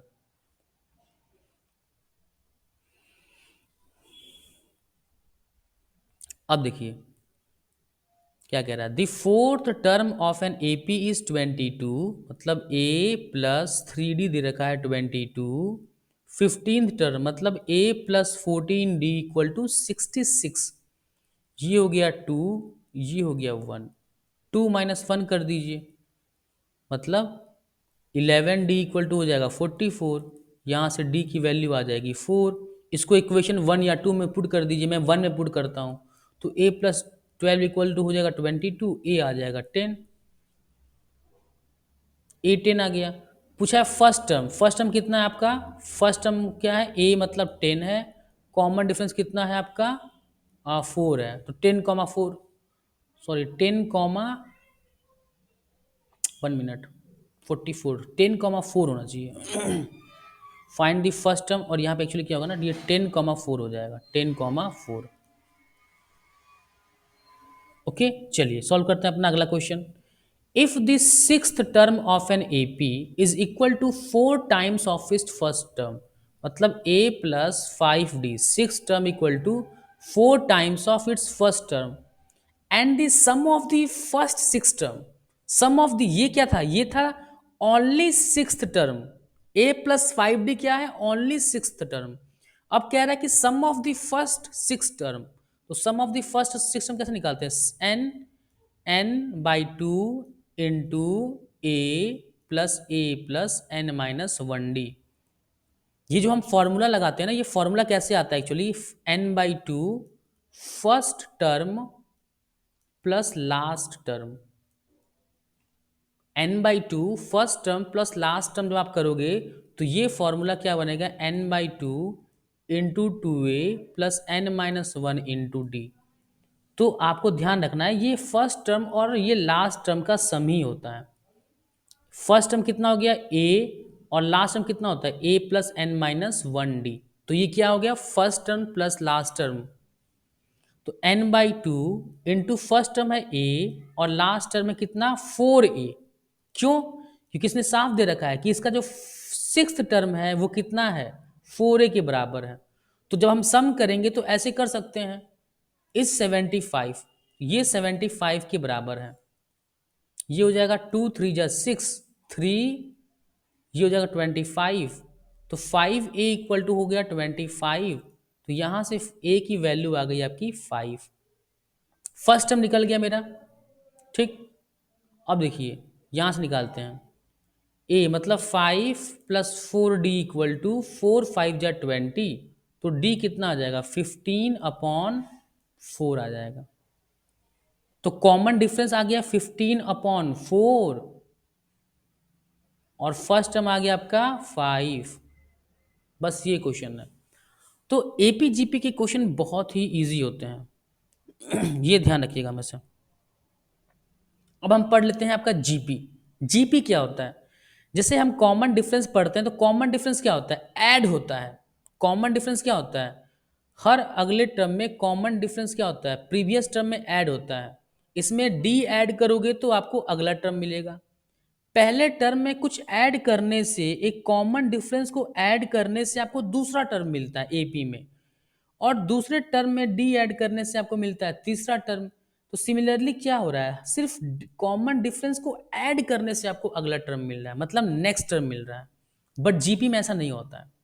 जीपी में अगर पहले टर्म से आपको दूसरे टर्म पे जाना हो ना, तो एक पर्टिकुलर नंबर से मल्टीप्लाई करना पड़ता है। जैसे ए अगर फर्स्ट टर्म है तो दूसरे टर्म पे जाने के लिए मुझे आर से मल्टीप्लाई करना पड़ेगा, फिर दूसरे से तीसरे टर्म पे जाने के लिए फिर आर से मल्टीप्लाई करना पड़ेगा, फिर तीसरे से चौथे टर्म पे जाने के लिए फिर आर से मल्टीप्लाई करना पड़ेगा। मतलब एक ही नंबर से बार बार मल्टीप्लाई करना पड़ेगा थ्रू आउट दिस सीरीज। और ये जो नंबर होता है ना, जिससे हम मल्टीप्लाई करते हैं हर एक टर्म को, इसको बोलते हैं कॉमन रेशियो। Common ratio. आप बोलोगे सर ये रेशियो कैसे हो गया, ये तो नंबर है। ये रेशियो कैसे हो जाएगा? रेशियो का मतलब क्या होता है? दो नंबर का कंपैरिजन। अगर मैं second term upon first term कर दूं, तो ये क्या बतला रहा है कि सेकेंड टर्म और फर्स्ट टर्म का क्या आ रहा है? रेशियो आ रहा है। तो क्या रेशियो आ रहा है? A R square, sorry A R upon A से कैंसिल हो गया, तो सेकेंड टर्म और फर्स्ट टर्म का रेशियो कितना आ गया? R:1 आ गया। R:1 मतलब कॉमन रेशियो आर है। कॉमन रेशियो क्या है? R:1। ठीक, तो इसीलिए इसको हम क्या बोलते हैं? कॉमन रेशियो बोलते हैं। First term is denoted as A and small R is denoted as, मतलब common ratio denoted as small R. अब देखिए जीपी भी कई तरीके के होते हैं। जैसे geometric progression can be classified based on the number of terms in the sequence, मतलब नंबर ऑफ टर्म्स कितने हैं उसके आधार पे हम जीपी बतलाते हैं। तो आप बोलोगे देखो फिर इस आधार पे दो तरीके के जीपी होते हैं। जीपी दो तरह के होते हैं कि एक जीपी में फाइनाइट नंबर ऑफ टर्म होगा, फाइनाइट टर्म होगा, मतलब ऐसे टर्म, इतने टर्म जिसको हम काउंट कर सकते हैं। और कुछ जीपी ऐसे होंगे जिसमें इनफाइनाइट टर्म होगा, मतलब आप काउंट ही नहीं कर सकते, अनकाउंटेबल टर्म, मतलब इनफाइनाइट टर्म जिसकी कोई अंत ही ना हो। तो फाइनाइट जीपी क्या होता है? फाइनाइट जीपी होता है, मतलब a finite GP is a sequence of numbers having a fixed number of terms, मतलब उसमें एक फिक्स्ड नंबर ऑफ टर्म होता है। And the general form of the finite GP क्या होता है? ये होता है जनरल फॉर्म फाइनाइट जीपी का। जैसे ये क्या है? एक जीपी है 2, 4, 8, 16। इसमें फर्स्ट टर्म क्या है? 2 है, और कॉमन रेशियो कितना है? वो भी 2 है। क्योंकि 2 में 2 मल्टीप्लाई करेंगे तो 4, 4 में फिर 2 से मल्टीप्लाई करेंगे तो 8, 8 में फिर 2 से मल्टीप्लाई करेंगे 16, तो कॉमन रेशियो भी 2 और फर्स्ट टर्म भी इसका 2 है। इनफाइनाइट जीपी कैसा होता है? इनफाइनाइट जीपी का भी जनरल फॉर्म तो यही है, जनरल फॉर्म यही है।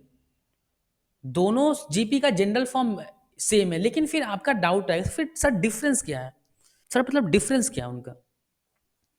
अगर मुझे अगर सम ऑफ एन टर्म निकालना है जीपी का सम ऑफ एन टर्म निकालना है, तो वो क्या होता है? वो होता है A × R⁻n−1 अपॉन R−1। ये होता है sum of finite terms of GP और sum of infinite terms of GP, ये दोनों के केस में होता है। फाइनाइट और इनफाइनाइट जीपी हो, दोनों के केस में सम ये होता है। लेकिन एक स्पेशल कंडीशन होता है। आपका एक इनफाइनाइट जीपी है, आपका जीपी इनफाइनाइट है, और कॉमन रेशियो जो आर है ना वो 1 से छोटी है। मतलब आपका एन क्या है? नंबर ऑफ टर्म कितने हैं? इनफाइनाइट। और उस इनफाइनाइट टर्म में क्या है? जो आपका कॉमन डिफरेंस है वो 1 से छोटा है। तो इस केस में क्या होगा कि अगर A × 1 - R⁻n अपॉन 1 - R, देखिए मैंने क्या किया, इधर ऊपर भी माइनस से मल्टीप्लाई कर दिया, नीचे भी माइनस से मल्टीप्लाई कर दिया।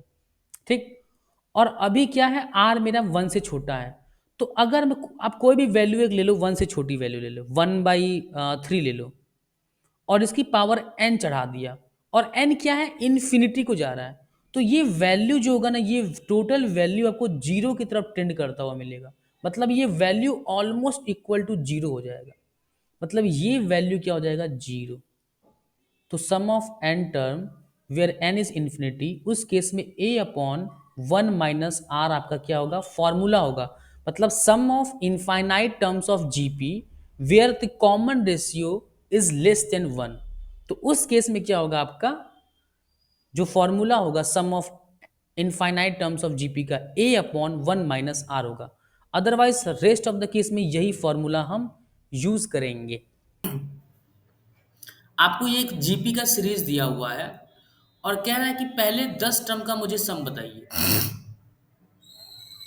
आपको सबसे पहले क्या फाइंड करना है? फर्स्ट टर्म कितना है? 4।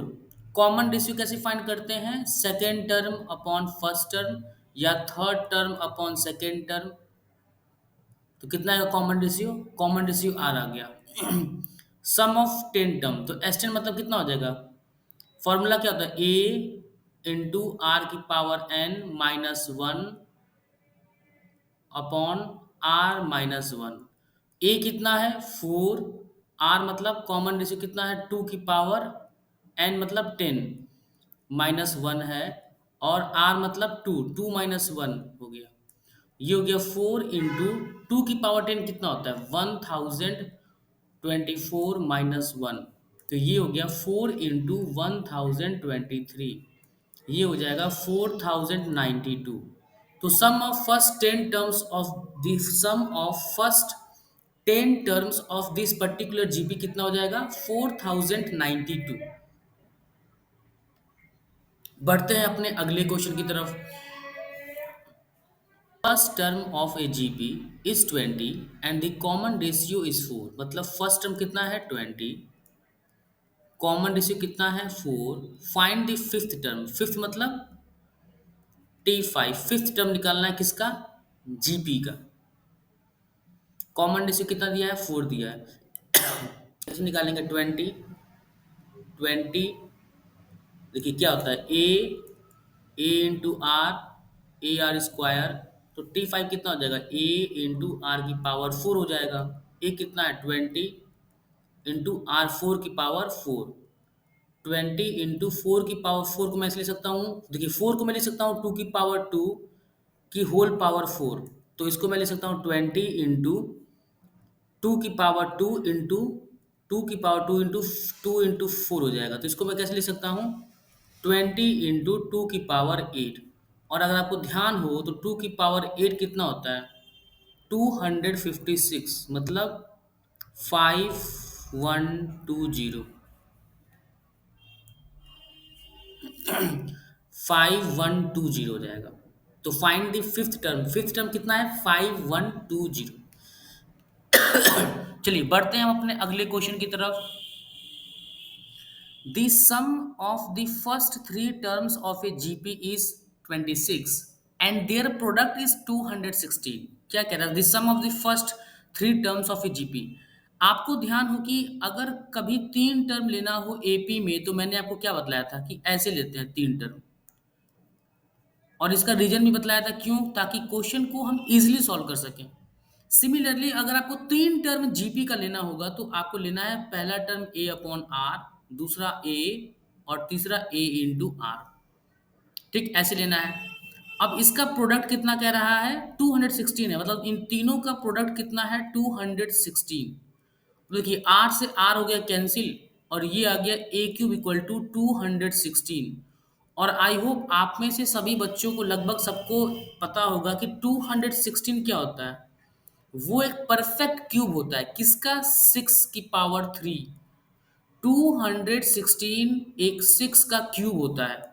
तो यहां से आपको क्या मिल गया? ए इक्वल टू 6 आ गया, मतलब इस पर्टिकुलर जीपी का फर्स्ट टर्म कितना हो गया? सॉरी,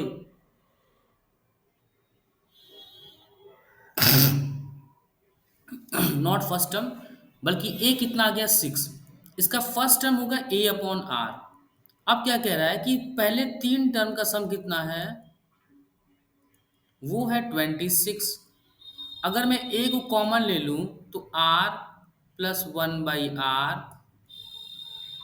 और प्लस ये ए इक्वल टू हो जाएगा 26। तो A into R plus one by R, ये कितना हो जाएगा? ये हो जाएगा 20, और यहाँ पे ए को मैंने लिख दिया 6, ये हो जाएगा 10। ओके, और ये हो जाएगा 3। तो 3r square plus one upon r equal to 10। यहाँ से इसको अगर आप सॉल्व करेंगे तो क्या आएगा? 3r square minus 10r plus 3 equal to 0। और इसको आपको मैं ट्रिक बतलाया था, सम ऑफ रूट कितना होता है? Minus b by A. Minus b मतलब 10 है, तो सम ऑफ 10 कब आएगा? अगर मैं एक रूट को 1 लूँ और दूसरे को क्या ले लूँ? 9। क्यों? क्योंकि प्रोडक्ट ऑफ रूट क्या होना चाहिए? प्रोडक्ट ऑफ इन दोनों का प्रोडक्ट कितना होना चाहिए? इन दोनों का प्रोडक्ट होना चाहिए। देखिए सम ऑफ रूट कितना हो जाएगा? Minus b by A. Minus b मतलब 10 हो गया। देखिए आपको मैं एक तरीका बतलाता हूँ कि कैसे रूट्स को जल्दी निकालना होता है। सम ऑफ रूट होना चाहिए। देखिए दोनों ये जो आपके रूट्स, अभी ये रूट्स नहीं है, अभी ये फाइनल रूट नहीं है। ये रूट कब होंगे? जब मैं इनको ए से डिवाइड कर दूंगा। तो ये जो दो नंबर के जो सम होने चाहिए ना, वो होने चाहिए माइनस बी के बराबर, मतलब 10 के बराबर। और इन दोनों नंबर का जो प्रोडक्ट होना चाहिए, वो प्रोडक्ट होना चाहिए ए इंटू सी के बराबर। ए इंटू सी के बराबर। तो थ्री थ्री जा नाइन हो गया, ए इंटू सी देखिए, ए इंटू सी, थ्री थ्री जा नाइन हो गया। और वन इंटू नाइन कितना होता है? नाइन होता है। ये हो गया। लेकिन हमें पता है कि ये जो है ए कितना है, मतलब इस पर्टिकुलर क्वाड्रेटिक इक्वेशन जो कि आर वेरिएबल में है, उसमें ए कितना है? ए मतलब the coefficient of the highest degree of variable three है। तो मुझे थ्री से क्या करूंगा, इनको दोनों को डिवाइड करूंगा। तो मेरा जो आर की दो वैल्यू आएगी, वन बाई थ्री और थ्री। आर की कितनी वैल्यू आएंगी? आर की दो वैल्यूज आएंगी, थ्री और वन बाई थ्री। तो कॉमन रेशियो कितना आ गया? कॉमन रेशियो या तो वन बाई थ्री होगा और थ्री, दोनों ही होगा। Common ratio one by three और थ्री दोनों होगा, ठीक। लेकिन हमें ऑप्शन में सिर्फ एक दिया हुआ है, एक आर। तो हम क्या एज्यूम करेंगे? Second option. ओके, क्योंकि वन बाई थ्री हमें दिया नहीं है। तो ऑब्वियस सी बात है, हमने एक ऑप्शन चूज कर लिया, सेकेंड ऑप्शन। चलिए अब हम सॉल्व करते हैं अपना next question. If the nth term of a GP is 128, nth term कैसे लिखते हैं जीपी का? a इंटू आर की पावर n माइनस वन। ये दिया है 128। And both the first term and the common ratio r are two, मतलब दोनों ए भी कितना है? टू। आर भी कितना है? Two. Then find the number of terms in the GP. Two into two की power N minus one equal to 128 को मैं लिख सकता हूँ टू की पावर सेवन। और जब ये इसको आप मल्टीप्लाई करोगे तो टू की power N minus one plus one हो जाएगा। क्यों? ये है टू की पावर वन। तो जब आप दो नंबर को मल्टीप्लाई करते हो और दोनों का बेस क्या हो? सेम। आपको ये पता है ना कि ये बेस होता है और ये होता है पावर, बेस की पावर होती है। तो बेस कितना है? टू। दोनों नंबर में, इसमें और और आपका इसमें, इन दोनों नंबर में बेस कितना है? टू। तो टू की पावर वन इंटू टू की पावर एन माइनस वन करेंगे तो ये आएगा टू की power one plus N minus one. Minus one से वन कैंसिल हो जाएगा। तो ये आपका बचेगा टू की power n equal to two की पावर सेवन, क्योंकि 28 कितना होता है? टू की पावर सेवन। तो यहाँ से आपका एन मतलब नंबर ऑफ टर्म आ गया जीपी का सेवन। तो आपका आंसर क्या होगा? Second option will be the correct one. चलिए अगला सॉल्व करते हैं। What is the sum of infinite geometric series with first term is equal to 1 and common ratio is e? मैंने क्या बोला कि जब कॉमन रेशियो r 1/2 से, मतलब 1 से छोटा हो, मतलब जब कॉमन रेशियो 1 से छोटा हो।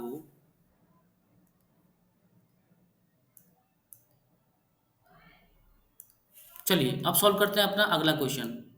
What is the sum of infinite geometric series with first term equal to 1 and the common ratio is 1/2? Common ratio 1/2। आपको याद होना चाहिए कि मैंने क्या बतलाया था कि जब कॉमन रेशियो r 1 से छोटा होता है और जीपी में नंबर ऑफ टर्म कितने होते हैं? इनफाइनाइट। तो उस जीपी का जो सम होता है उसका फॉर्मूला क्या होता है? A upon one minus R. A upon one minus R. A कितना दिया हुआ है? वन। वन माइनस और आर है 1/2। इसको सॉल्व करने पे आपका आंसर आएगा टू। तो आपका आंसर क्या आ गया? थर्ड ऑप्शन टू आ गया। चलिए अब हम शुरू करने वाले हैं, एक छोटा सा टॉपिक है आपका एल्जेब्रा में, दैट इज इनइक्वालिटी। इनइक्वालिटी में कुछ साइंस होते हैं इनइक्वालिटी के। क्या? Sign of inequality. बहुत छोटा चैप्टर है ये, आपका 10-15 मिनट में खत्म हो जाएगा। साइन ऑफ इनइक्वालिटी ये होता है, इसका मतलब क्या होता है? ग्रेटर देन ग्रेटर देन, मतलब अगर ऐसे लिखा हुआ है ए ग्रेटर देन बी, इसको पढ़ेंगे ए ग्रेटर देन बी, ये होता है लेस देन,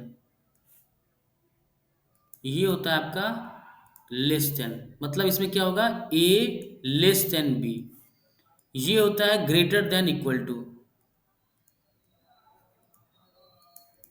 ग्रेटर देन और इक्वल टू,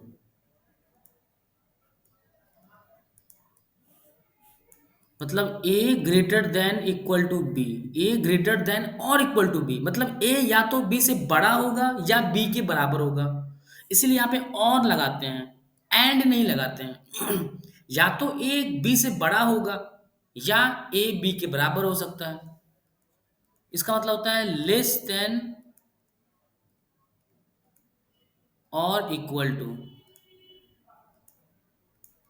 मतलब ये हो गया आपका A less than equal to B, और ये होता है इक्वल टू, इसका मतलब हो गया ए जो है वो बी के बराबर है।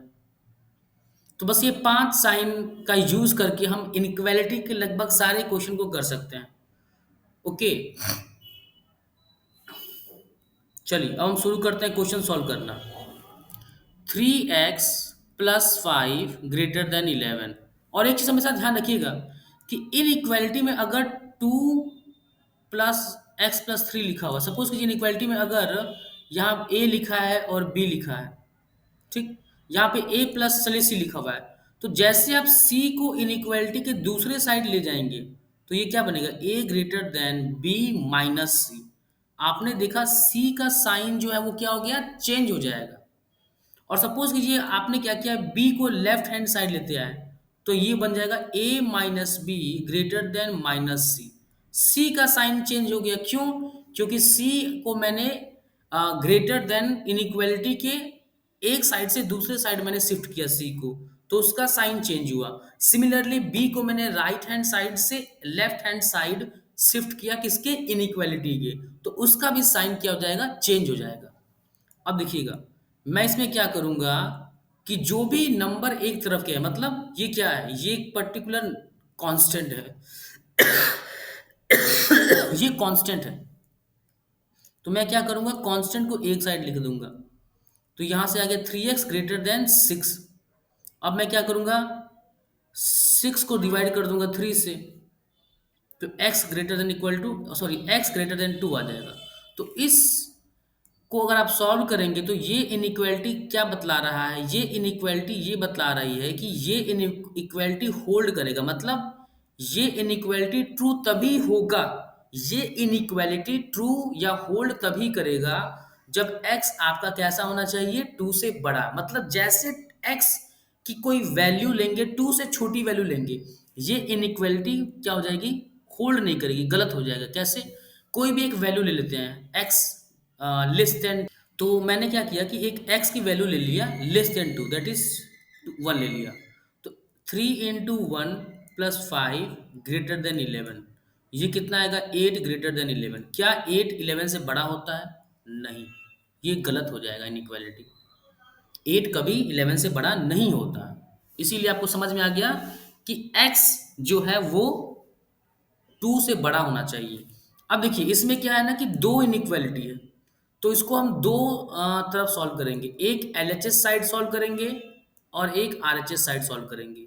क्या मतलब है मैं बता रहा हूँ, पहली इनइक्वालिटी को मैं ऐसे लिखूंगा 2 less than 2x plus 3 and 2x plus 3 less than equal to 7, ठीक, यहाँ से यहाँ सॉल्व कीजिए 2x, ठीक, प्लस 3 क्या कह रहा है ग्रेटर देन 2 है, 2x, 2x ये क्या कह रहा है, ये कह रहा है कि 2x जो है वो आपका ग्रेटर देन -1 है, कैसे 2 माइनस 3, तो 2x जो है वो आपका ग्रेटर देन कितना है -1, और x क्या बतला रहा है ग्रेटर देन -1/2। सिमिलरली यहाँ सॉल्व करते हैं 2x less than equal to 7 minus 3, मैंने 3 को इनइक्वालिटी के एक साइड से दूसरे साइड ले आया, इसीलिए मैंने 3 के ऊपर क्या लगाया है माइनस साइन लगाया है, तो यहाँ पे 2x कितना हो जाएगा 2x less than equal to 4 हो जाएगा, और x मतलब लेस देन 2, तो सब इसमें कि हम क्या करेंगे, एक नंबर लाइन ड्रॉ करेंगे।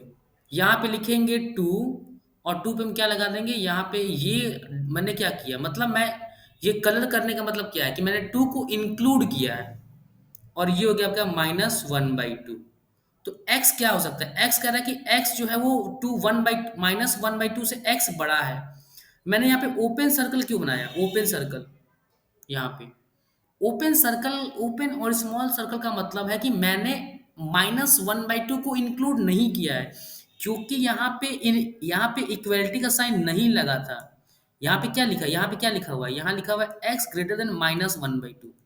तो यहाँ पे इक्वलिटी का साइन यहाँ यहाँ नहीं लगा हुआ है यहाँ पे, इसीलिए क्या मैंने किया कि ओपन लिख दिया -1/2 पे, और यहाँ पे मैं क्लोज लिखूंगा और मैं इसको ऐसे लिखूंगा, x बिलोंग्स टू ओपन -1/2 से क्लोज ब्रैकेट 2।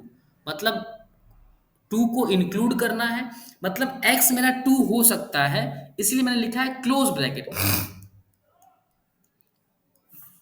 एक चीज और लिख लीजिएगा नोट करके, एक चीज नोट करके आप लोग लिख लीजिएगा कि ये ब्रैकेट का मतलब होता है ओपन ब्रैकेट होता है। ओपन ब्रैकेट ये होता है और ये भी होता है ओपन ब्रैकेट, और ये दोनों जो होते हैं ना ये होते हैं क्लोज ब्रैकेट, ये होता है क्लोज ब्रैकेट, ये भी होता है क्लोज ब्रैकेट। इनको हम क्या बोलते हैं, क्लोज ब्रैकेट। क्लोज मतलब होता है कि इसको इंक्लूड किया गया है। यहाँ पे क्लोज ब्रैकेट लगा है किसके ऊपर, 2 के पास क्लोज ब्रैकेट लगा है, मतलब 2 को हमें इंक्लूड करना है, मतलब x हमारा 2 हो सकता है। और -1/2 के पहले लिखा है ओपन ब्रैकेट, मतलब -1/2 हम x को -1/2 नहीं ले सकते हैं। चलिए इसको सॉल्व करते हैं। आपको दिख रहा होगा कि ये क्वाड्रेटिक इक्वेशन है, x square -4x-3 less than 0। अब इसके दो रूट्स आएंगे, सम ऑफ दो दो नंबर को पहले लिखिए, यहाँ पे दो नंबर का सम कितना होगा, -b, मतलब 4 होना चाहिए, और इन दो नंबर का प्रोडक्ट होना चाहिए कितना, a इंटू सी। ये क्या है, a 1 है और c कितना, -3, तो उनका प्रोडक्ट होना चाहिए -3।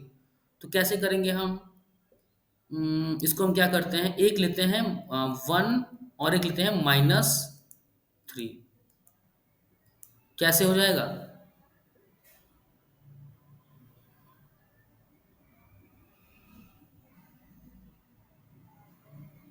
क्या ऐसे होना चाहिए कि प्रोडक्ट हो गया -1 और सम हो जाएगा आपका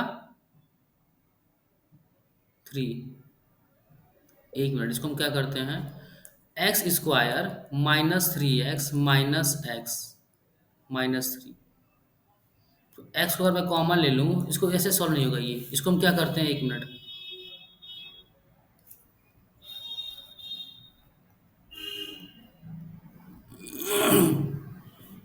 चलिए हम सॉल्व करते हैं अपना नेक्स्ट क्वेश्चन।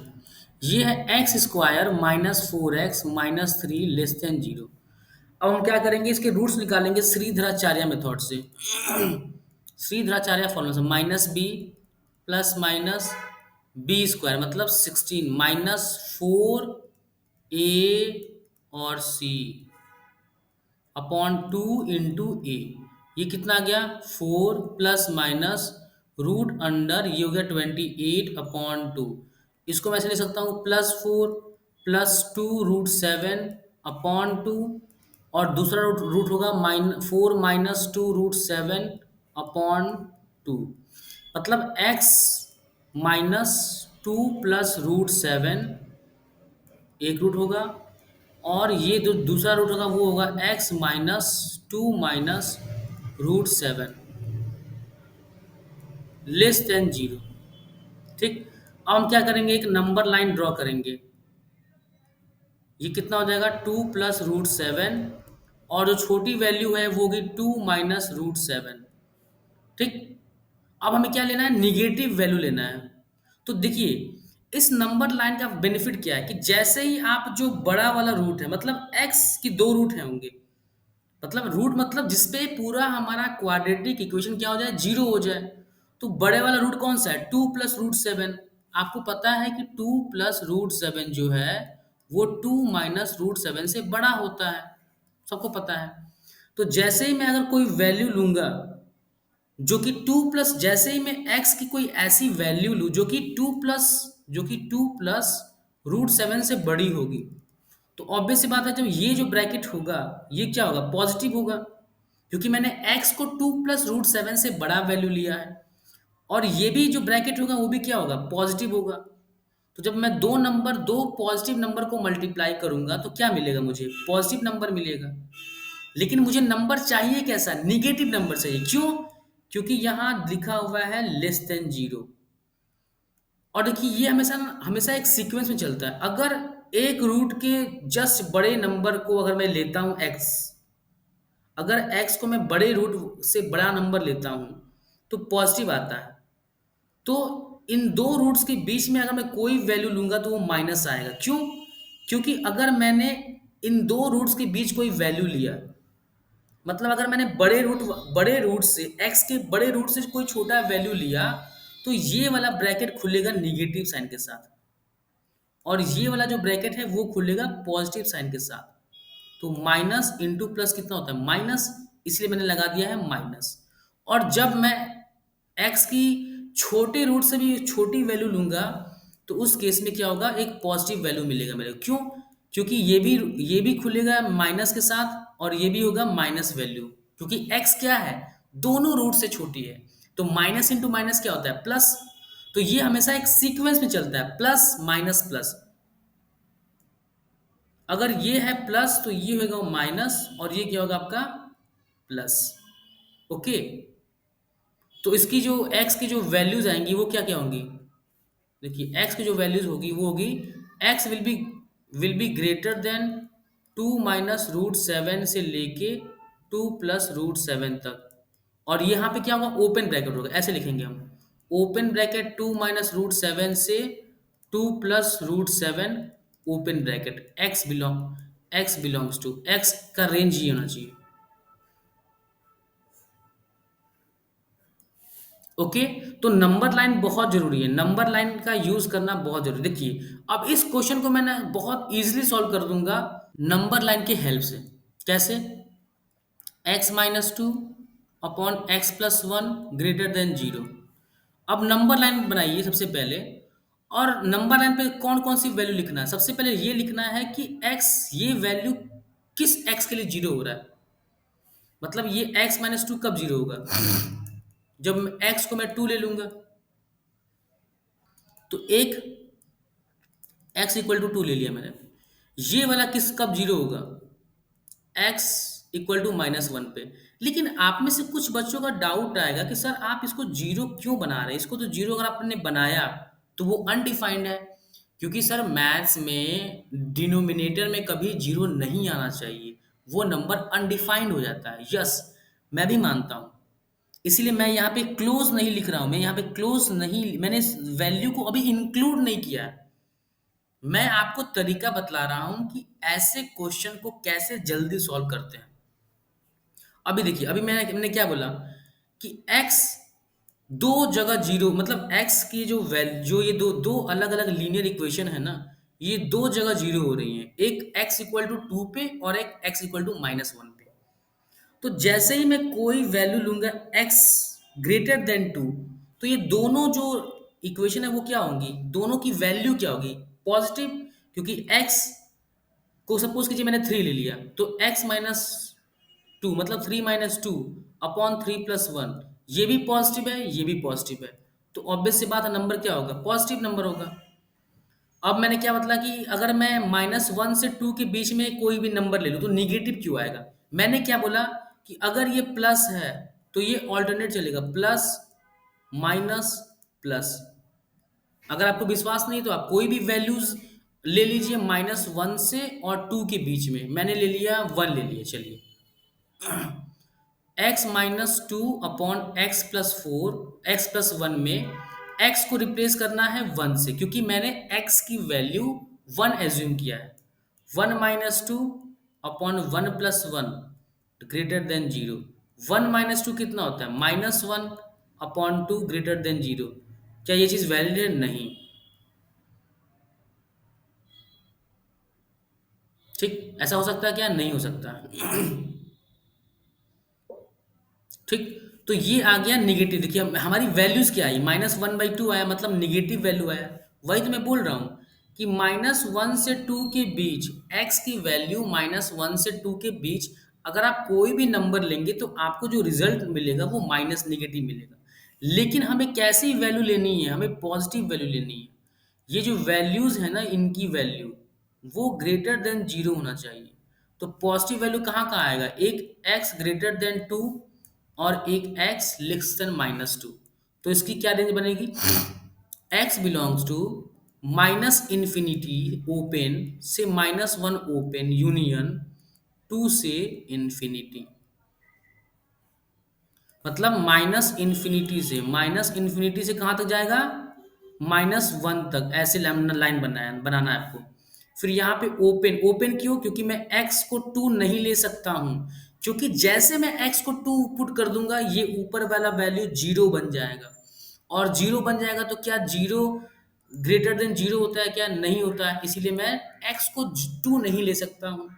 x को -1 क्यों नहीं ले सकता, डिनोमिनेटर में मेरा क्या बन जाएगा, डिनोमिनेटर में मेरा बन जाएगा zero, which is not defined in mathematics. तो ये मेरा क्या आ गया आंसर। चलिए सॉल्व करते हैं एक और क्वेश्चन। x को कॉमन ले लीजिए, x square -2x -3 greater than zero. तो x की क्या क्या वैल्यूज हो सकती हैं,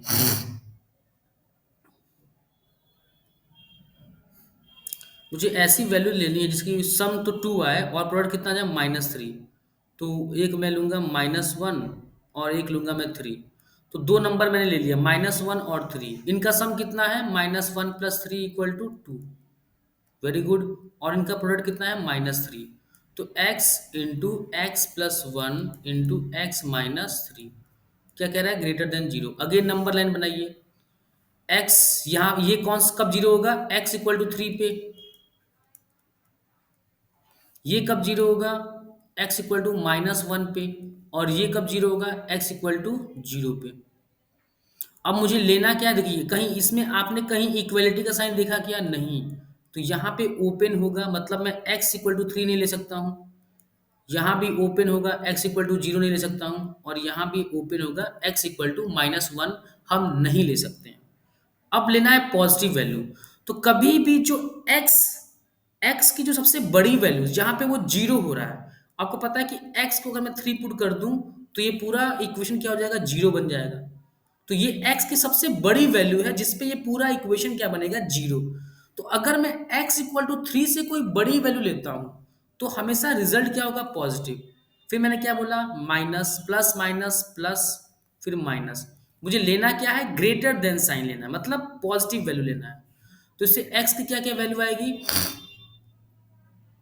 -1 से 0 ओपन यूनियन 3 से इंफिनिटी। जो भी पॉजिटिव वैल्यूज हैं, जो भी पॉजिटिव वैल्यूज हैं वो हमें लेनी है। देखिए कौन कौन सी वैल्यू पॉजिटिव है, 3 से लेके पूरी इंफिनिटी तक वैल्यू क्या है, पॉजिटिव है। देखिए और यहाँ पे पॉजिटिव है, मतलब ओपन 1 से लेके ओपन 0 तक ये वैल्यू क्या है, पॉजिटिव। और यहाँ पे साइन क्या दिया है, ग्रेटर देन का। ग्रेटर देन जीरो मतलब जो जीरो से बड़ी वैल्यू है, मतलब पॉजिटिव वैल्यू।